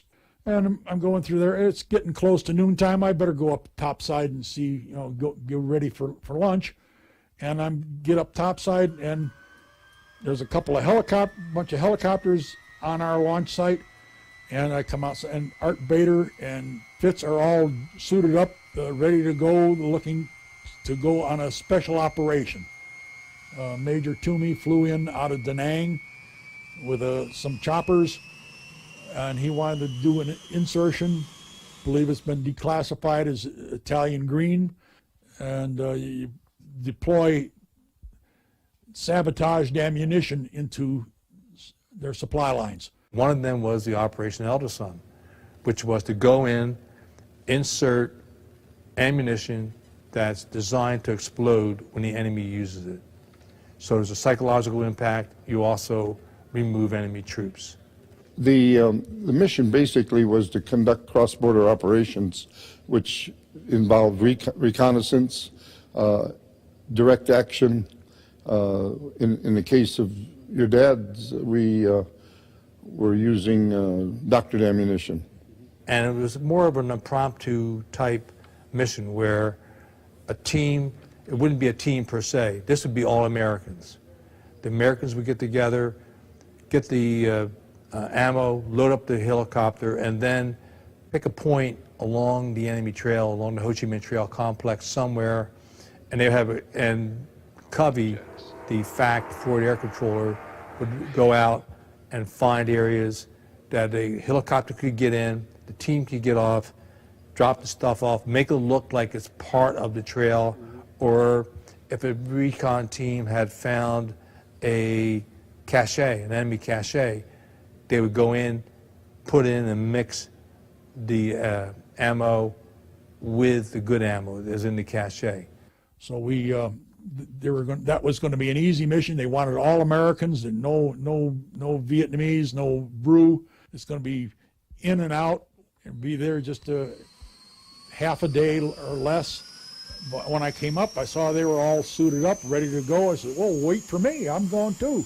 You know, they had a full team. They didn't need me, so I missed out. I said, "Son of a gun, you're breaking up the team." You know, I helped load them up, carried their equipment to the helicopters, and this is where 7 guys got on one helicopter, and there was another helicopter where there only 2 guys got on. Normally, it doesn't happen that way.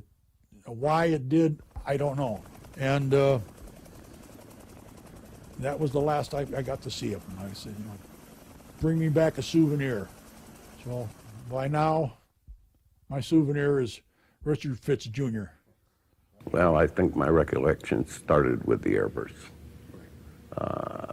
We received anti-aircraft shells.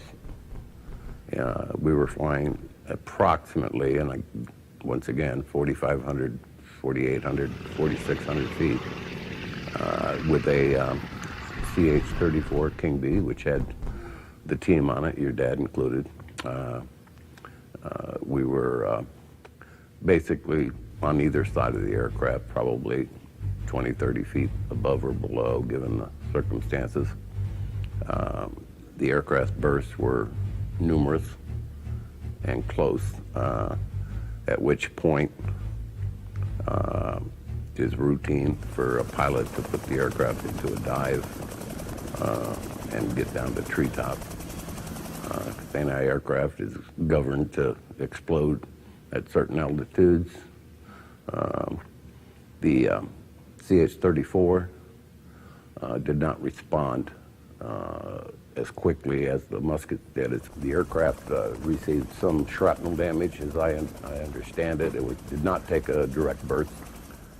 During our dive, that aircraft had been hit. As a result, my father's helicopter went down, while simultaneously taking defensive action. Both of the Huey gunships went to the immediate aid of the downed chopper. We came around just seconds after it actually hit the ground. An internal explosion took place out of the cargo door. From my experience, it appeared to be somewhat like a white phosphorus, we call them Willie Pete type explosion. It wasn't consistent with any fuel that the aircraft was carrying, as far as I could only assume or speculate that it was possibly part of the cargo that they had on board. The consequential explosion and intensity of it more than likely took the lives of the 3 Vietnamese and 7 Americans on board. It was determined, unfortunately, that a rescue attempt known as a bright light would be futile. The reason that we didn't use a bright light on that particular mission was the ASA, the Army Security Agency, intercepted a message that the bad guys, the North Vietnamese, knew the bird went down and they were surrounding it, and there would have been whoever tried to come in there. And it was obvious from the reports of the other helicopters, the Army helicopters, that when it impacted, that was it. There was no chance on God's earth that anybody survived that because of the ammunition. Getting together with Richard Fitz Jr. has helped me to settle a bit of loss. When I lost Bader and Fitz, I lost a friend. I lost a couple of friends. I've lost other friends that were in Vietnam too, but not as tight as we were. And so for a while, after their death, they were missing. Because the bodies were never found. For years, they were claimed as missing. And I had ghosts following me that I every so often would bump into a ghost. And the story of their tragic end would come up once in a while in stories. Various special forces teams would tell the story of what happened. And I kept on bumping into them. I didn't go looking for them, but I kept on automatically. It was like, here, dude, look at this.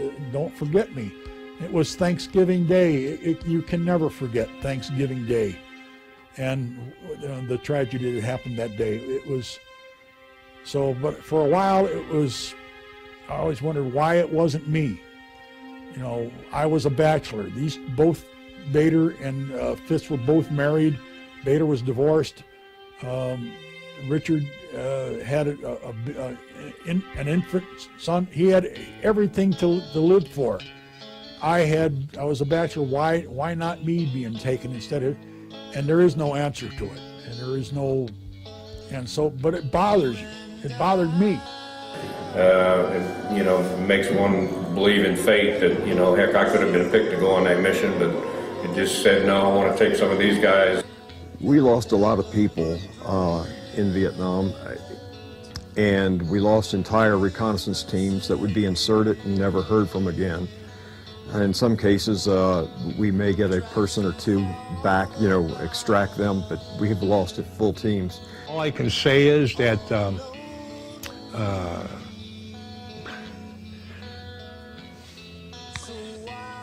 I lost some good buddies and some really great men.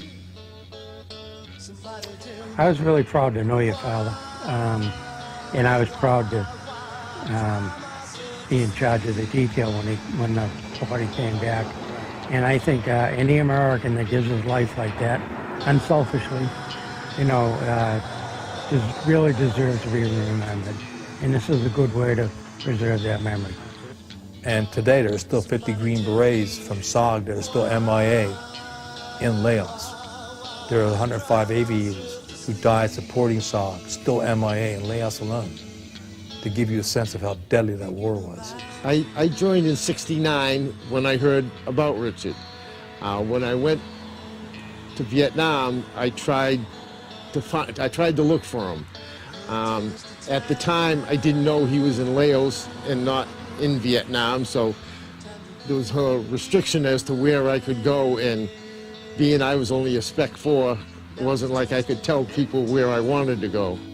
The reason I still go to Southeast Asia, and I was just there 2 weeks ago, is the guy that broke me and the guy that replaced me on RT Idaho are still missing from May of '68. And I've been searching since I retired from the military for the past 35 years. And I know Richard can attest, even though he was only 2 years old when his father was killed, and it was many years later before they found his remains, the grief doesn't end. He never knew his father personally, really. I'm sure he doesn't have a lot of memories of his father, but that was still his father, and I'm sure he's heard stories of him over the years.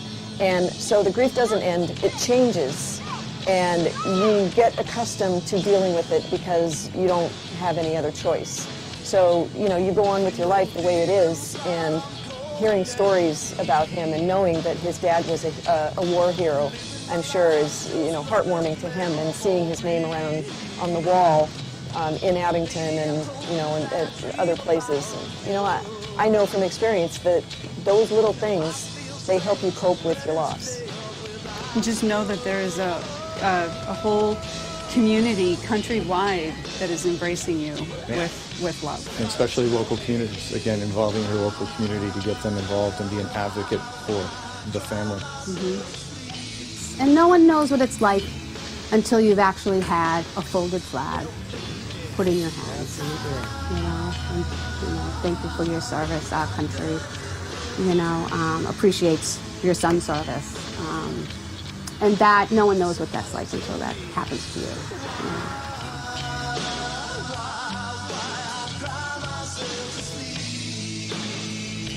The loss of 7 Americans in one mission was devastating, and even forced some SOG missions to be cut short or aborted. That fateful mission has echoed throughout many a SOG warrior's mind, etched deep in their memories. So vivid that it has been written of in some captivating books by SOG veterans, such as team leader John Plaster's book, or John Stryker Meyer's Across the Fence. Mentioned as well in a series by Special Forces historian Jason Hardy, even making an appearance in American Rifleman magazine May 2008. But most of all, that mission is still talked about in their most private circles to this very day.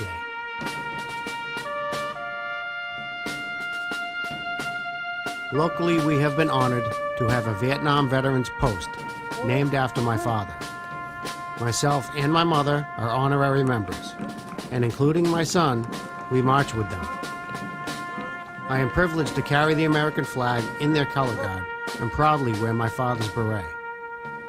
Out of respect, I adorn the Gold Star emblems over his unit patches and the symbolic black band of mourning with the Gold Star pin over the beret flash to ensure everyone can understand our story. I never served in the military. I never claimed to be a Green Beret. There's no stolen valor. So why wear his beret? I think my father said it best in his own words.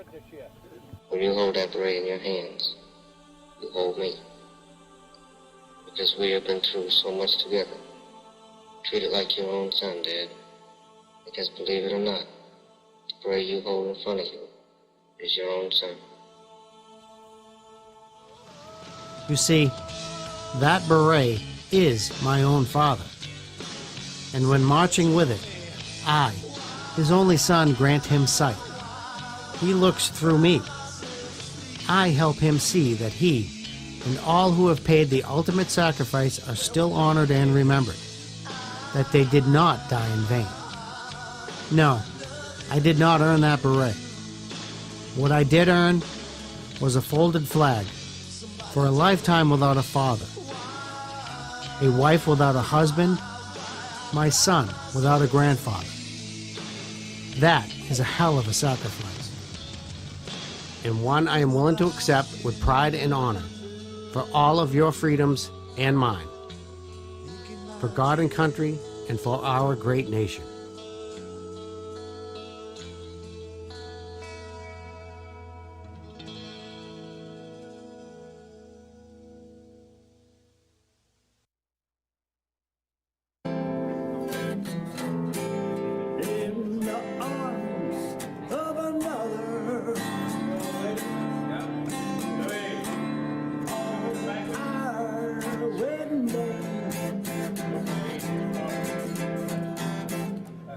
Just what could I say? 'Cause he was my brother on our wedding day. Now just what can you say? When you find out your lover is in love with your lover, there's many a day that I wish he was gay.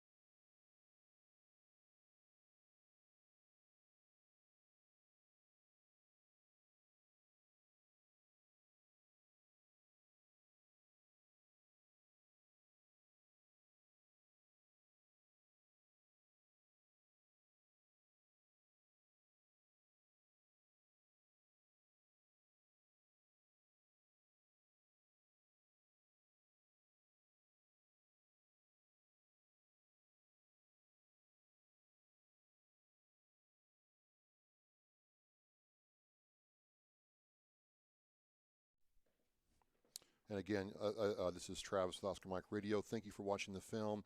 We're going to Q&A in just a minute. I'm going to switch you to the Fitz family tribute, and hang with me, please. Thank you. Keep the questions rolling in.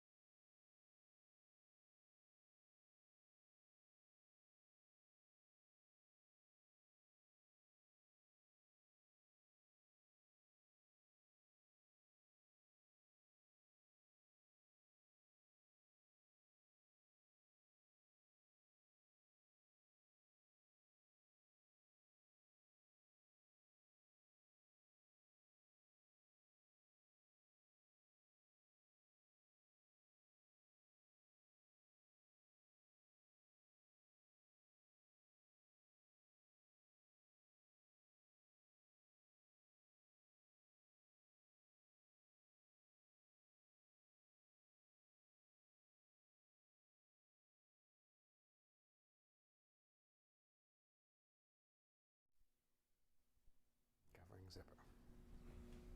That's us. We good? We're good. He said go. And now we're live with the Q&A period. Keep your questions coming in over YouTube, Facebook, Twitter, wherever. I'm going to throw you to Danielle, who has some thoughts with Richard and Rudy. Thank you so much for watching. There's always a little laughter when I'm involved. A little bit, but let's talk. I saw you before, and I saw you before we started watching this documentary that you guys put. Wowzer McGee. Like, if anybody has ever just taken any kind of film anywhere and tried to edit, you understand what that, what you went through. But you changed from once that documentary started. Your energy changed. It was like you were reliving it all over again, and that Exactly took right. years and hours and hours. And you've seen it so many times. Tell me, what were you thinking? What went through your mind? It's always heavy. If I may, and I think Rudy can probably attest to this, you probably noticed it more as we went, but it was almost a separation from myself when I was doing the project. I was kind of shutting emotions off subconsciously. I didn't know I was doing it. So I was just, very goal orientated, just trying to get the job done. When I look back at the movie now is when it gets heavy. That's when it's like, wow, because all that work is done. You don't have the prep switch in your head. You're not, as Travis would say, it's not mission go. You get to step back. And that's when it starts coming in. Rudy, what have you seen in him? I mean, you guys have a cute little story about how you even got connected, and it goes even deeper about parents knowing each other and things like that. Tell me a little bit about why you took on this project and the transformation that you've seen in Richard through that. Well, thank you for hosting us too, and thank you to all the veterans out there first, I want to say. But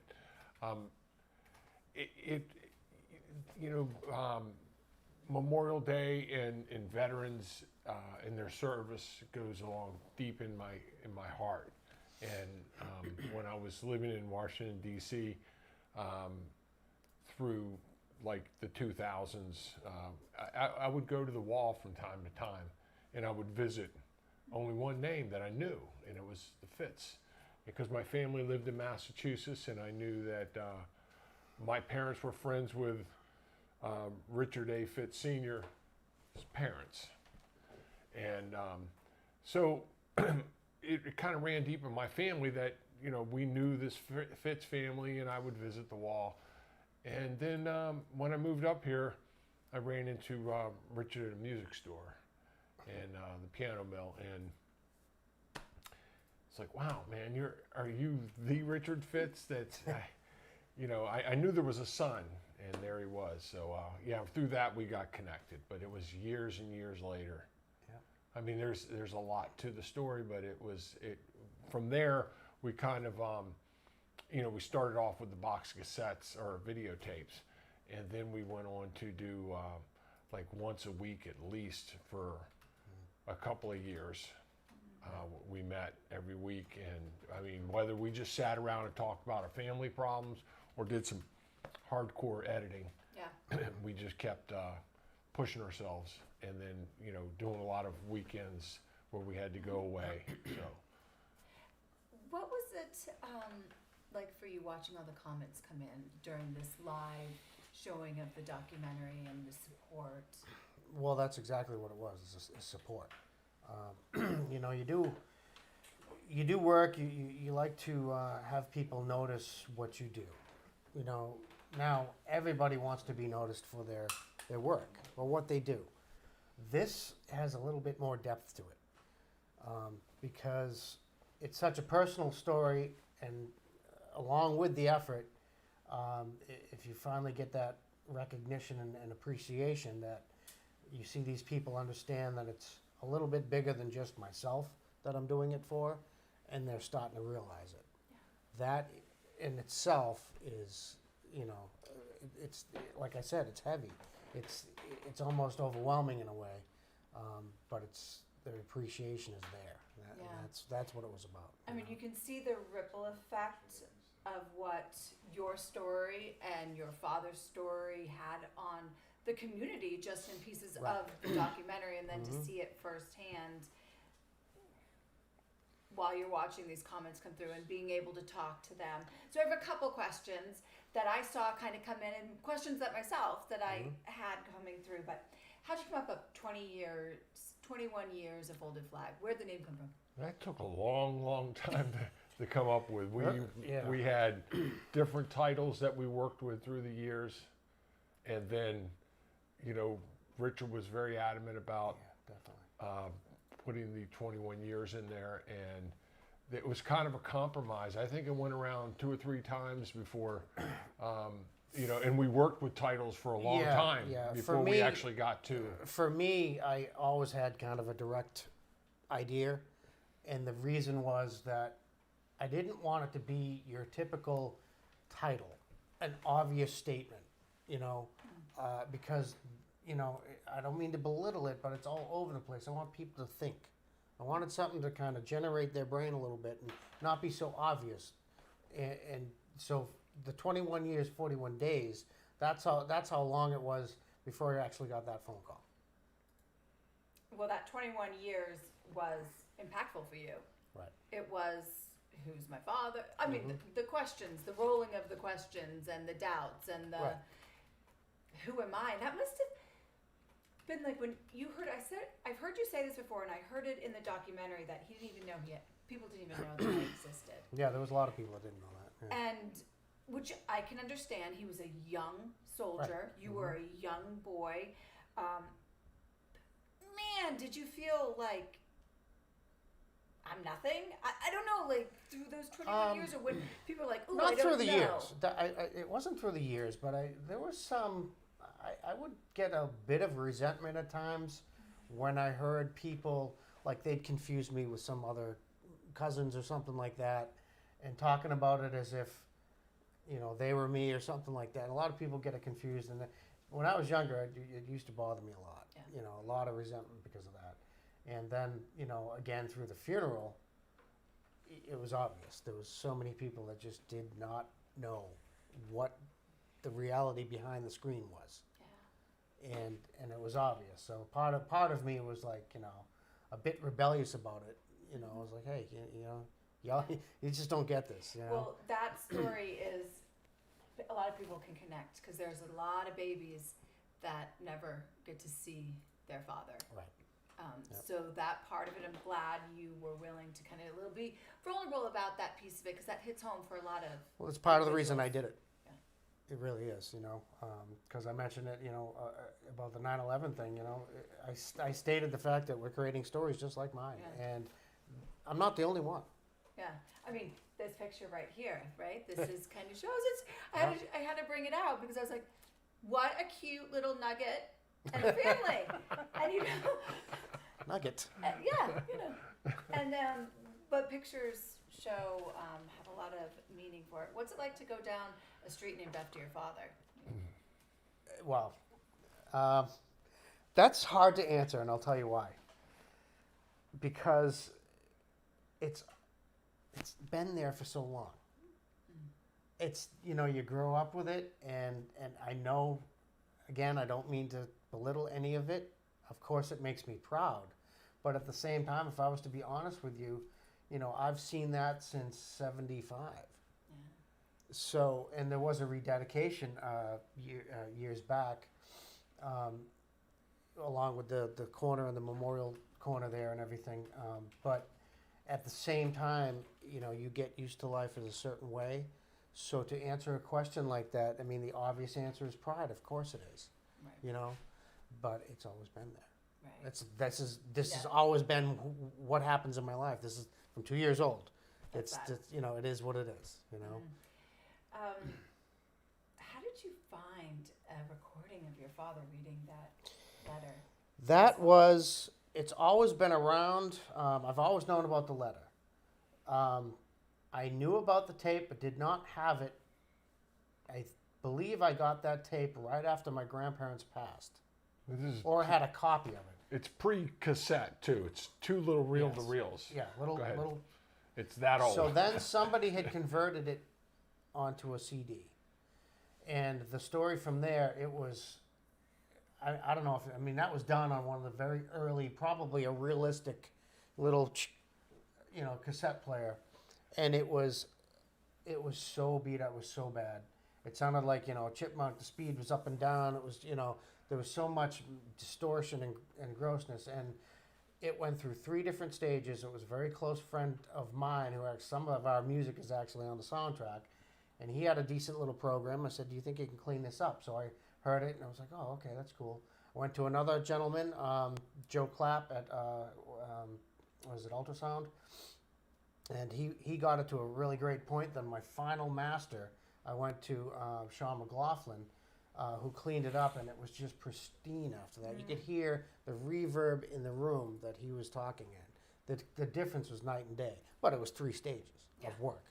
And then I had to step in too and put a graphic on there to identify his father, because so many people just think it's Richard talking. Because not only does he look like him, he sounds like him. And it was confusing people. But I always felt that was a high point of one of the high points of the movie or the film is when you actually hear his voice read that letter and what he says in that letter. It's so powerful. You can't help but get emotional and teary-eyed and feel, and I almost have a sense of like, do you think, maybe it's just my mother coming in and putting myself in that position of having a Marine son myself, although your father was a Green Beret, but I almost feel like, did you feel like he was like, this might be my last words? Everybody says the same thing. It's almost like that. It's just like, just in case. Yep, it's like he wrote his own eulogy. Yeah. Didn't want to come out and say it in a way, but he said, "I'm going to do this anyway." So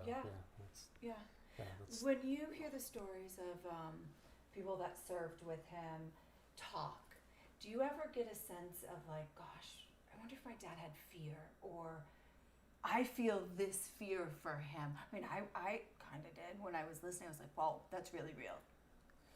I guarantee that my father had fear. I know he did. I know every one of those guys had fear. And that's the difference, that's what courage is. Right. What does that make you feel like as a son, listening and knowing?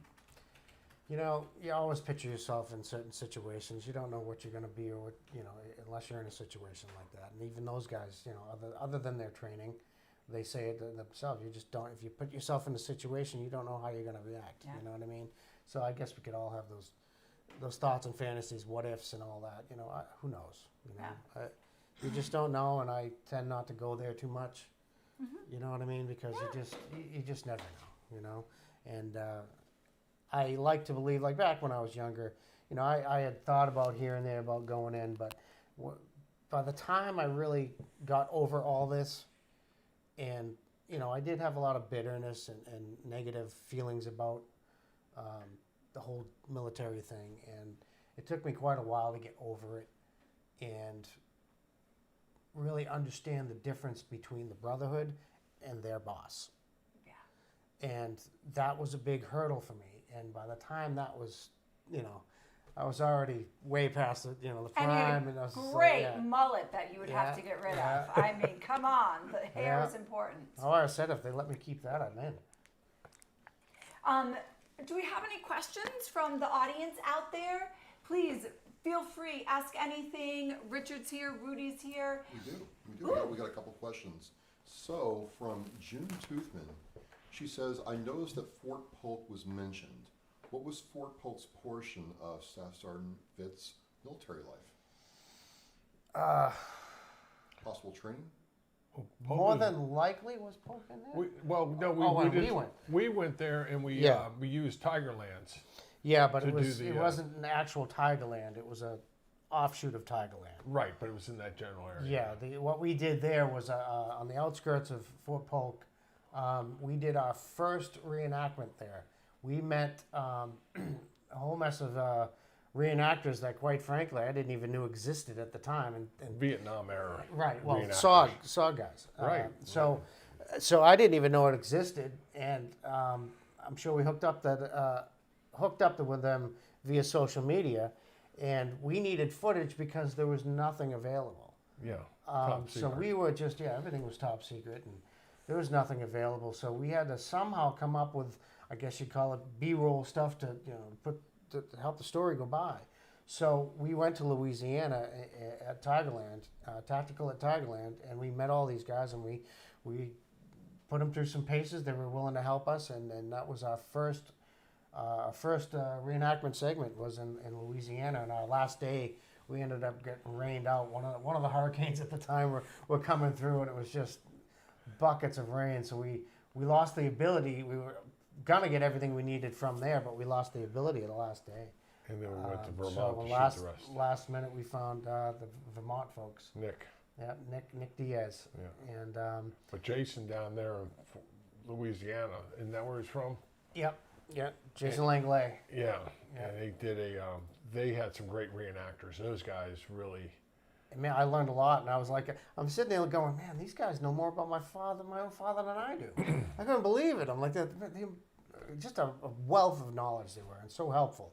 It was really great, And then when we did the second one, we really lucked out. I gotta put a plug in for Troy Arms Industries, because we were able to acquire their 40th anniversary of the reissue of the Car 15, and we were able to get 3 of those and use actual live ammo in the second Vermont reenactments. It was quite the thing. But this is what I mean by the support. We had so many people that were willing to just go above and beyond and help us do this story. It was crazy.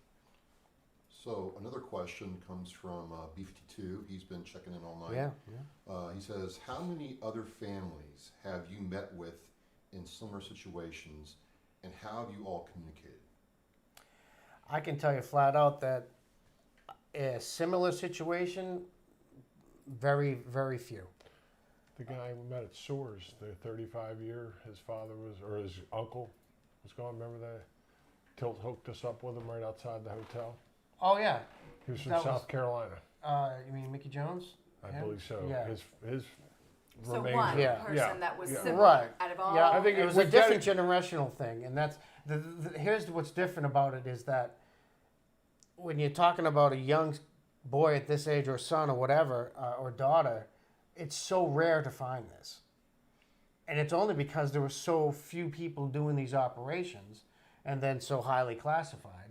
Right. So when it comes down to it, there's so few that really kind of went through this. There's a couple of olders, and I mean, it's not unheard of, but it's rare, and I've only met a few. Like, Yeah, because Ed Soar was, you know. He was not a direct descendant. He was like, it was his uncle because he didn't Yes. have any children. Right. And a lot of That's right. Yep. soldiers didn't leave Yep. behind situation like unique like Richard's. Right, right. And- So and I guess that in alum shells, very few. You know, it's hard to connect with people that, you know, there's not many of us. Yeah. You know. I guess it's not just in general. There's a lot of children that lose their father. Yes. To make sure we clarify that, but in this situation where you are a young child and you lose a father, and then you're not allowed to find any information about your father through your entire childhood all the way into your adulthood, and then all of a sudden, wham! You know, that was like heavy duty. I mean, when they buried Richard's remains 21 years later, they still didn't have answers. It was still classified. So it was not, you know, this it was torture for the family for years. Did you even have a full understanding? Like, what is your understanding of his mission or what he was doing?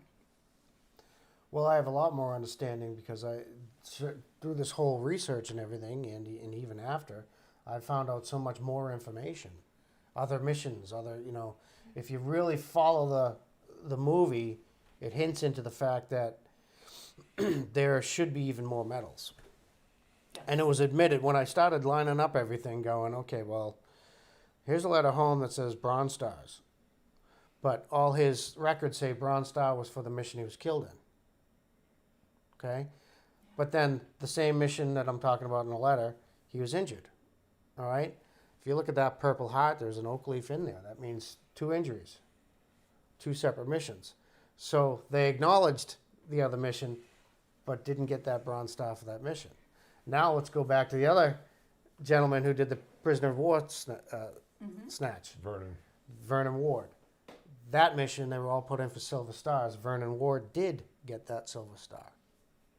So this is, when I did all the dates, and here's what was confusing to me, being that I was finding out all this information, a lot of it looked similar on paper. So like, you're looking at missions and you're looking at all this firefights and outnumbered and all that, but I never realized that almost all their missions were like that. And it was like, so I was kind of questioning, going, well, maybe this date's mixed up. Maybe this is the same mission. And really kept ironing it out, and come to find out they were completely different missions. So now I'm putting it all together. Well, there's at least a V device on one of them Bronze Stars, and probably a Silver Star to boot. So. Do you feel like you want your father to, even though it's been passed in so long, be honored for those? Or do you feel like, you know what, he's a hero and that it's not going to make a difference? I've got to be honest with you, I'm right up the middle with that. I know these guys, and they don't do it for the medals. They never did. But I think there's a certain, if it's there, it should happen. Yeah. You know, and I said it briefly on our interview previously that, you know, there's a lot of bureaucracy and red tape to deal with. I'm not too sure about even the first steps to take. And whether or not I can separate myself from my world right now, not to belittle it, but I am surviving every day. So I really got to take a different mindset, regroup, and then look at that and focus on one thing at a time, you know? So hopefully someday that'll happen, you know? So we have another question. Rich Fitz asked, what type of muscle car did your dad drive in high school? Came over the chat. We never did. Don't know about that. I know he had loved motorcycles. He had every kind of car in the world. According to my mother, I'd have to refer to my mom about this, but there was a lot of different cars that he had. And I couldn't remember the details. Again, I was 2 years old, so you know I didn't know him in high school. We can go to his alma mater. Yeah. South Shore Votech. South Shore Votech, down the road, that's right. and we could check the tire tread. Yeah, Because I'm yeah, sure right. left a few burnouts He probably there. did, yeah. He was that kind of guy. Yes, he definitely was. So, my mother used to tell stories how he used to like to race the train. Really? In a pickup truck. Put my mother in the passenger seat and try to beat the train over the tracks. Oh. Well, we have another question from Liz Borden. And Liz, Hey. thanks for checking in tonight. What's the next step to get this out for everyone to see? Well, I don't. Maybe I could. Can I speak for you on this? And if I'm wrong, please correct me. For me? Yeah. Yeah, for go us. ahead. Yes. I sure. think as we were going and doing this film, I'm not quite sure if either one of us thought it would get as many legs as it has, and got to the point where it has. I think we probably should take a few steps back and wrap up some stuff that we should have done on the paperwork end of it and things before we do have distribution interest. We've had it, but there's some things, loose ends we got to tie up. But we didn't think of it while we were doing it because we really weren't sure that it was going to go like this. And then all of a sudden, bang! And I think both of us were kind of taken back, going, I guess we have something here that let's follow up, rewind, and get it done, and then we can actually try to get into distribution. Well put. Yeah. Right. Good Okay, job. so there we go. Good job talking for the two of you. All right. I'm proud of you. You guys didn't even see my hand moving. Yeah. I was going to say he wants to take 2 steps back. I want to race the train. Yeah, pretty much. Get ahead of the crossing. So Yeah. that was a great compromise. Right. And that's what we did. See, I just don't want the cop on the other side give us the ticket. That's 2 or it. 3 years down the road of this going back and Yeah. forth. Yeah, pretty To much. be a fly on that wall Yeah. through all those adventures.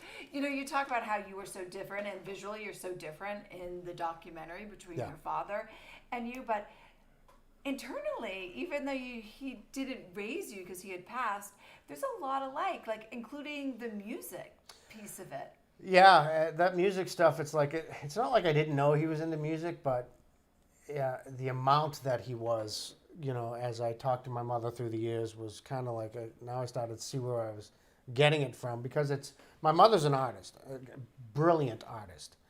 So I can see where the creativity and art side of it comes from, and it's on both sides of the family. But the music part, I really never put it together. And he was drums, guitar, keyboards, and all this, and the same with one of his younger brothers, same thing. So I never really understood where I got it from until much later. I'm starting to put it together and going, how about that? Does it kind of make you feel a little close to him in a way? That you have this shared interest? See, it's hard answering a question like that because, it's kind of a rough thing to say, but I never bonded with him. Yeah. You know what I mean? So answering a question where it feels close to him, it's so hard to say because there's so much of a disconnect there. And to me, it's for such an but emotional, like more of that emotional tie. Like I am my son's, my father's son. Yeah, I guess you're right. Yeah, I guess so. It's just hard to put it in those feelings for me. We got to make sure that people realize that all that music in there was Richard's. That recorded. He didn't write the Star Spangled Banner, but right. And the song on most of the outro is a good buddy of mine's band. At the time was the first Contagious Cry Myself lineup. to Sleep. Cry Myself to Sleep, yep. So they were kind enough to let me use that, and it worked beautiful.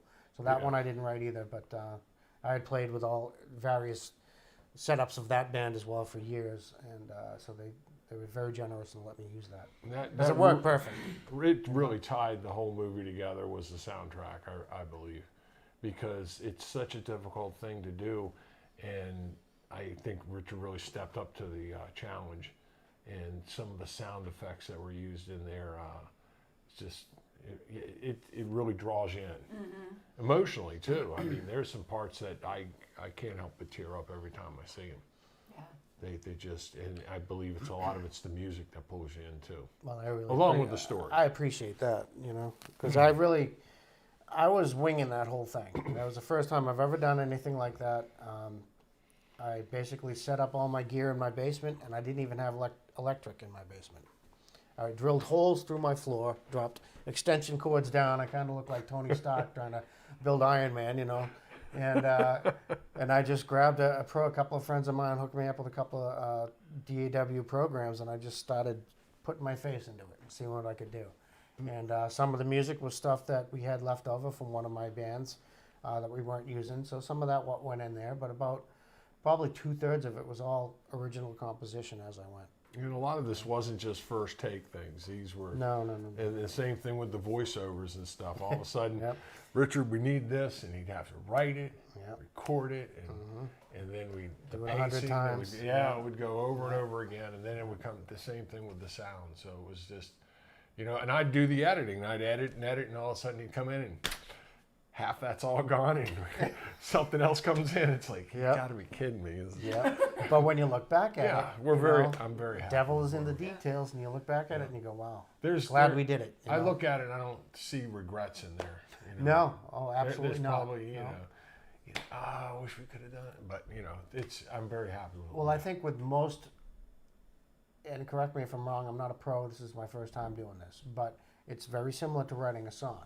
And if you're into that song every day, 1,000 times, then you're going to get a little fed up with it. If you leave that thing alone, like I said, I watched this tonight and I got all the emotions came to me, you know what I mean? So you did something good. Yeah. You know what I mean? As long as you get a step back away from it and go, okay, it was definitely worth it, What about your grandparents? I mean, you show, your father's parents in the documentary. What was that like for you, watching their pain?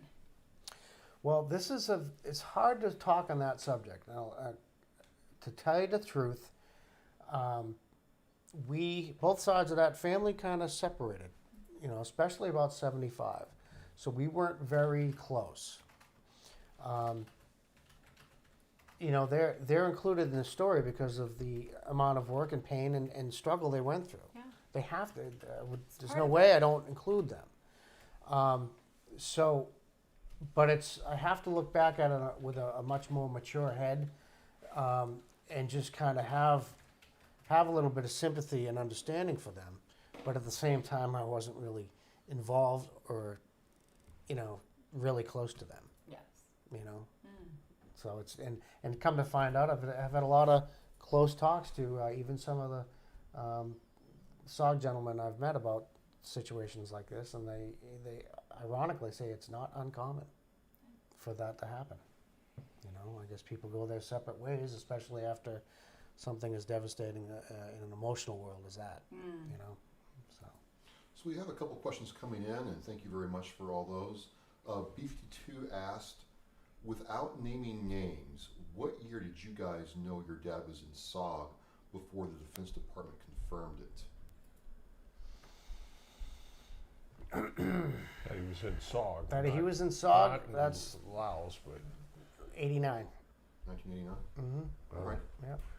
So I knew he was a Green Beret before that, but not SOG. I knew nothing about SOG. 21 years, right? Yeah. After his death, still didn't know. So Ren, and I'm sorry, Ren, I got that wrong the first time, but Ren asked, Ren Fitz. Ren. Yep. Cousin Ren. Ren was a great help in the documentary yes, too. He brought us together with Ken, and he also he helped us with hotels, and he was just a great asset to us when we were on the road. What is his question? His question is, should military recognize that children suffer PTSD after the loss of a parent that follows them? Well, that is absolutely true. I think the loss will cause some of that, but there's other factors that I myself have gone through, which is not something I'd rather get into right now as far as details. But there's questions that us kids have a lot is, what would have happened? We all have that what would have been question, and I've met plenty of Gold Star children, but which way does your life go? And so you have that question about, what caused this? Why did you go this direction? I've had some things in my world that, were very difficult. And I ask myself that question every day. What would it have been different? So I can't speak for most, but in my case, I have had issues with that. And I think it should easily be looked into, definitely looked into. And, maybe some answers could be found, and maybe it should help. Well, speaking of your father, B52 comes back with a question. He says, or asks, who gave you the photo of your dad smiling and smoking the cigarette, and how did it change how you felt about him? How to change how I felt about my father? Yes.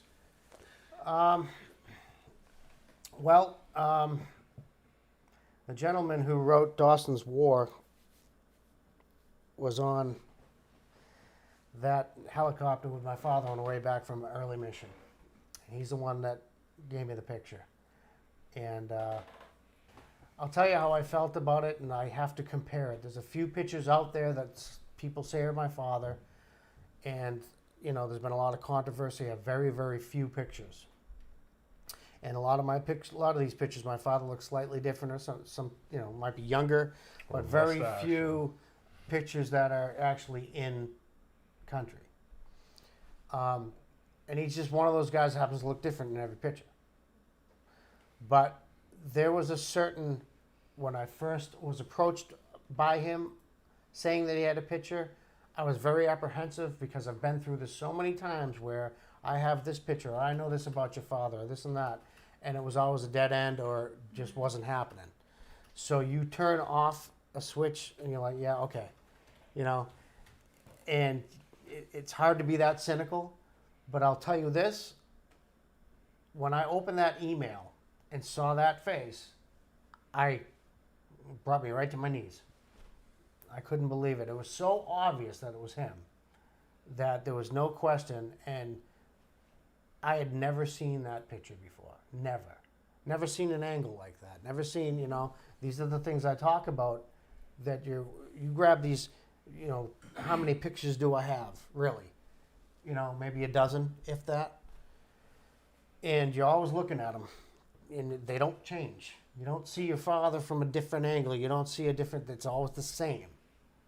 And you're always trying to find that in your head, And then all of a sudden I saw that, and I was like, wow. But you know what really made it for me?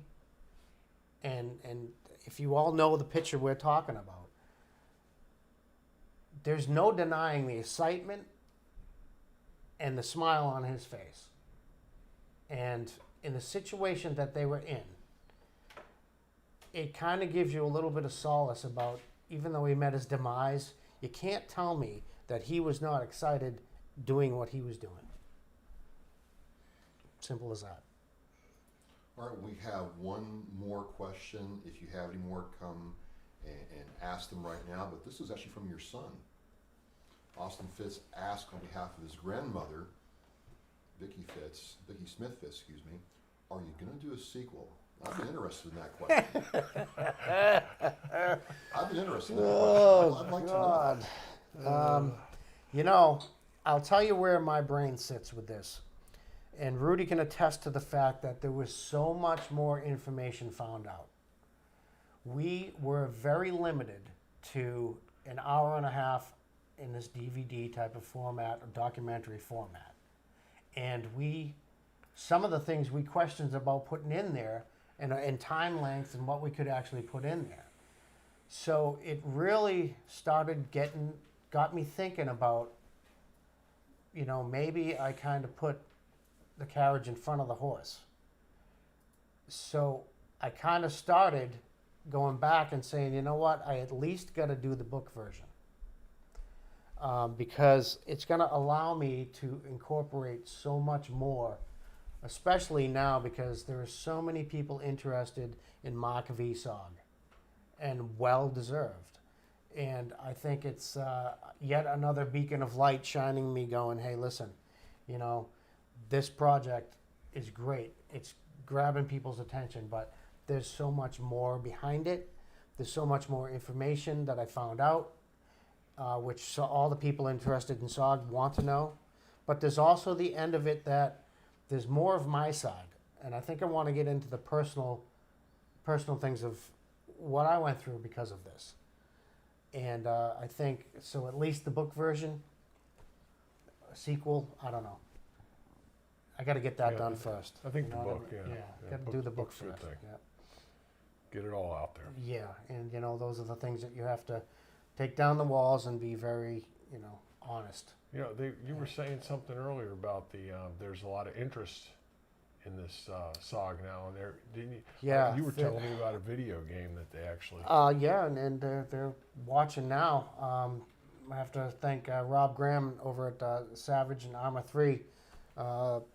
They just released their Prairie Fire, SOG Prairie Fire, which was, all done working with all these SOG gentlemen that, some knew my father, whatnot. They're all consultants in there, all involved in this video game. And as you saw on the little tribute, they actually put in a memorial plaque in my father's name at the end of one of the missions in this game. So, I mean, that's just, you talk about validation. That's where it comes in. It's mind-blowing, and I think it's well-deserved. This whole time, it's one thing doing something that, a project like this about a father you never knew. But all along, even from very young, there was just something, I can't tell you what it was, but something kept telling me there was something different, something special, something bigger. Always.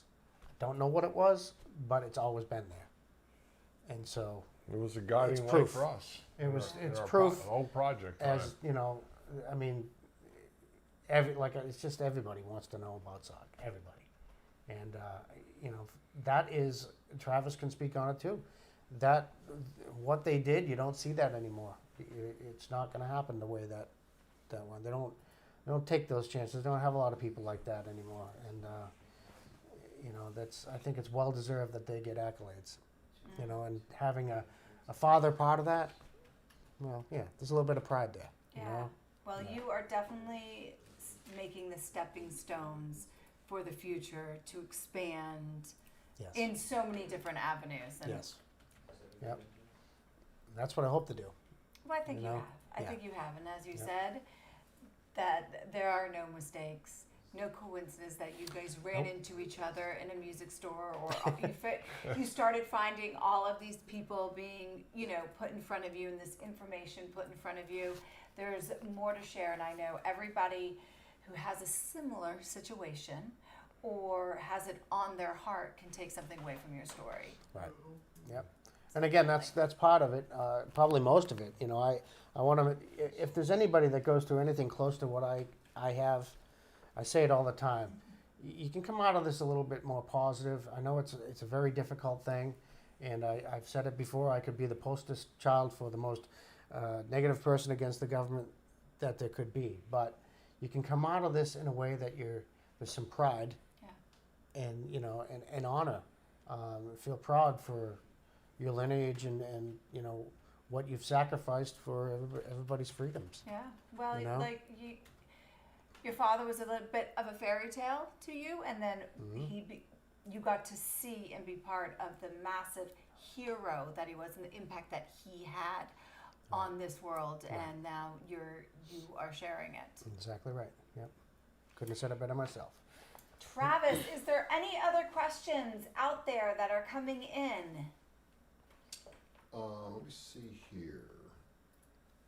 What do we have? Rince Fitz says, thank you for doing the documentary. Richard and Rudy are great people and worked hard to create something that shows the military teams and who saved many lives, like the elite group his dad was in. Austin Fitz says, Vicky says that both she and your father, Rich Sr., are so incredibly proud of you. I showed the picture.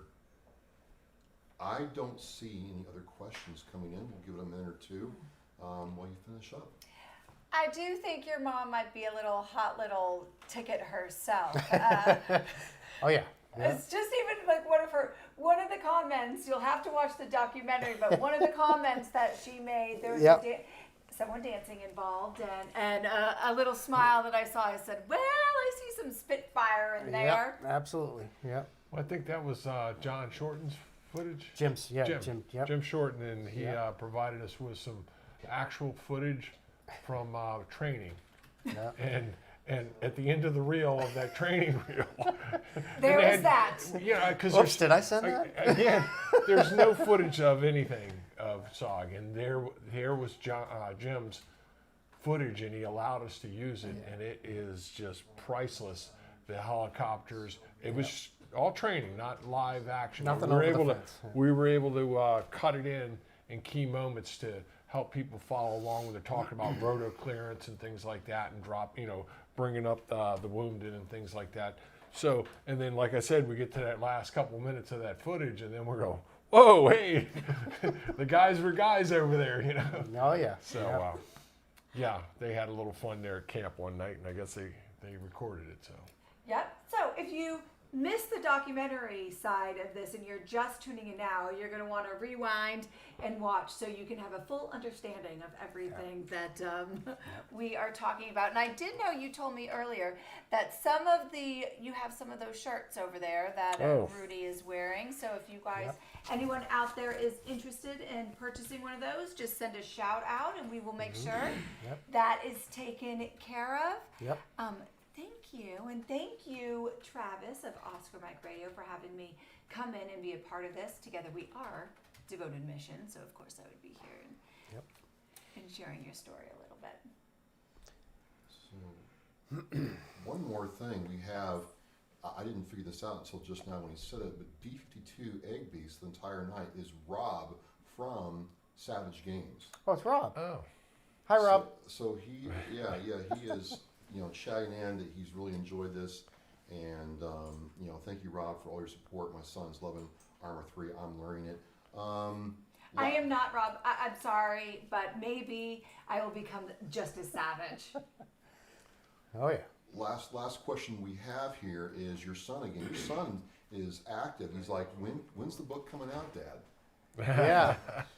He's putting him on the spot. I'll tell you what, there's been a couple nights that everyone at my house has been very generous in helping me here and there rebuild my studio down my basement, my creative space. And once that gets done, I'll be able to hit it hard again. So.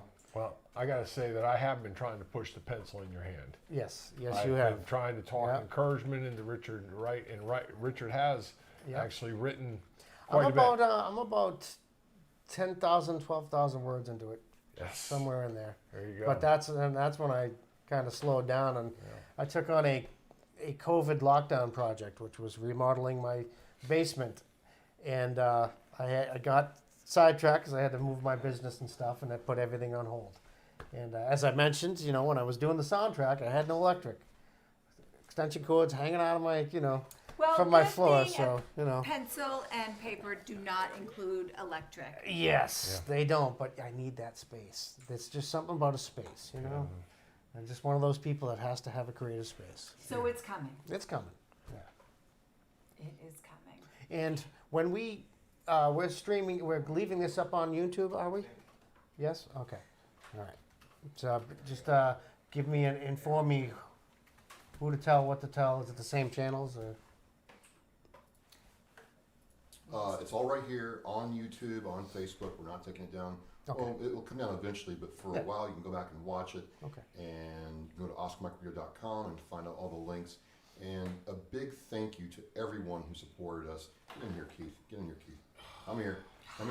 Yeah, you got to give him a shout out too. Well, he came and saved the day at the last minute. No doubt. Yeah. I'm still learning.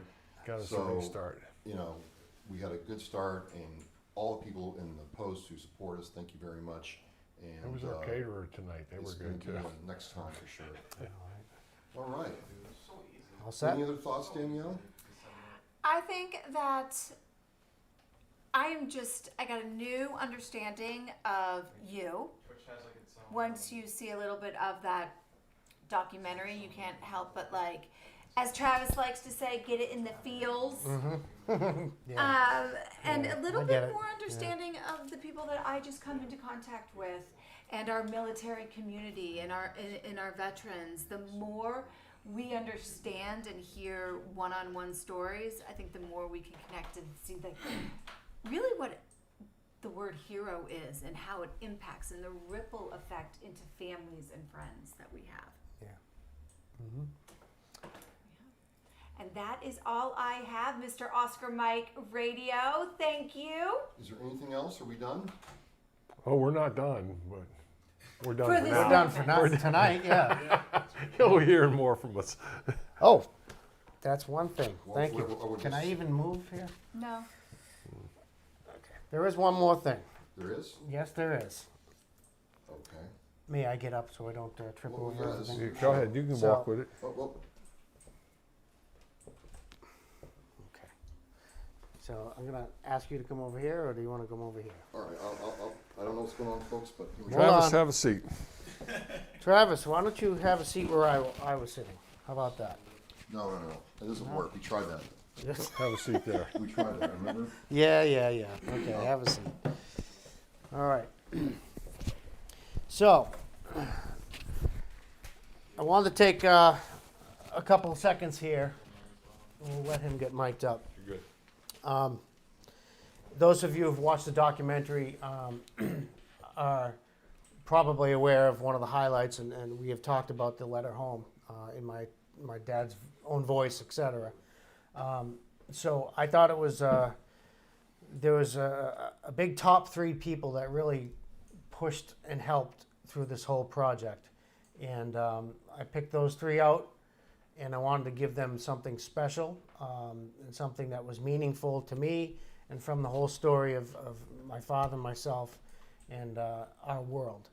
And Travis, you are now one of 3 people to have this very special printed out version of my father's letter home. And we had this made up. Mr. Scary's friend, it was Lancini Creations, was kind enough to help us do this. And you can see the letters all printed out nice. It's on like a parchment type of recreation paper. It's actually done in my dad's handwriting, above and below, and a couple of the poignant lines for me I had highlighted, just to make it a little bit clear for people that don't know. The lines for me were, I don't know if I make the beret or the beret makes me. That to me was deep. And of course the last line, treat it like your own son, Dad, because believe it or not, the beret you hold in front of you is your son. So those 2 lines were really, really poignant to me, and I wanted you to be one of the very special people to have that, and keep it on your wall or keep it with you. And so it's gratification for me to have all this help that you've done, all the work that you've put into this. It means a lot to me. I mean, I wish I could give you more, but that I think is heartfelt, and it really means something from down deep. And being a military guy, I think you know where I'm coming from. I'm blown away right now. I'm absolutely speechless. And I'll tell you why, Rich, because when we first met, you had the unclean version of your dad reading this in the film. Yeah, that's right. And I will tell you, ladies and gentlemen, it did not sound like you heard it tonight. And when I heard it, I remember when I first heard it was in the Abington Library showing. That's right. That you had the first audio cleaned up and gotten that lucky break to do it, because I know how hard it is to do audio like that. Yep. I was absolutely floored, chilled to the bone. I stopped cold, because there's this man, in my view, and I told you this, I think he was writing his goodbye. Yeah. Mm-hmm. And it just got me to my core. It's the best part of this whole thing. And I started Oscar Mike Radio as a way just to help out or tell one person's story. And to be able to have that kinship with you, to be able to do this is just amazing. And this is priceless to me. Good. Thank you so much. It should be, No. This is. It means a lot to me too. There's only a couple favorite things I have in life, and this is now one of them. Thank you. Well, as Gary says, now you can put it in your war room. Well, I'm getting one as time goes on. Yeah, Thank you there you go. much. Yeah. It was just a real honor. Beautiful. Thank Beautiful. you. Well, Thank you. my pleasure. Well deserved. Thank you. So now you only have one of 3 people that ever have one of those. It's amazing. So I don't even have one.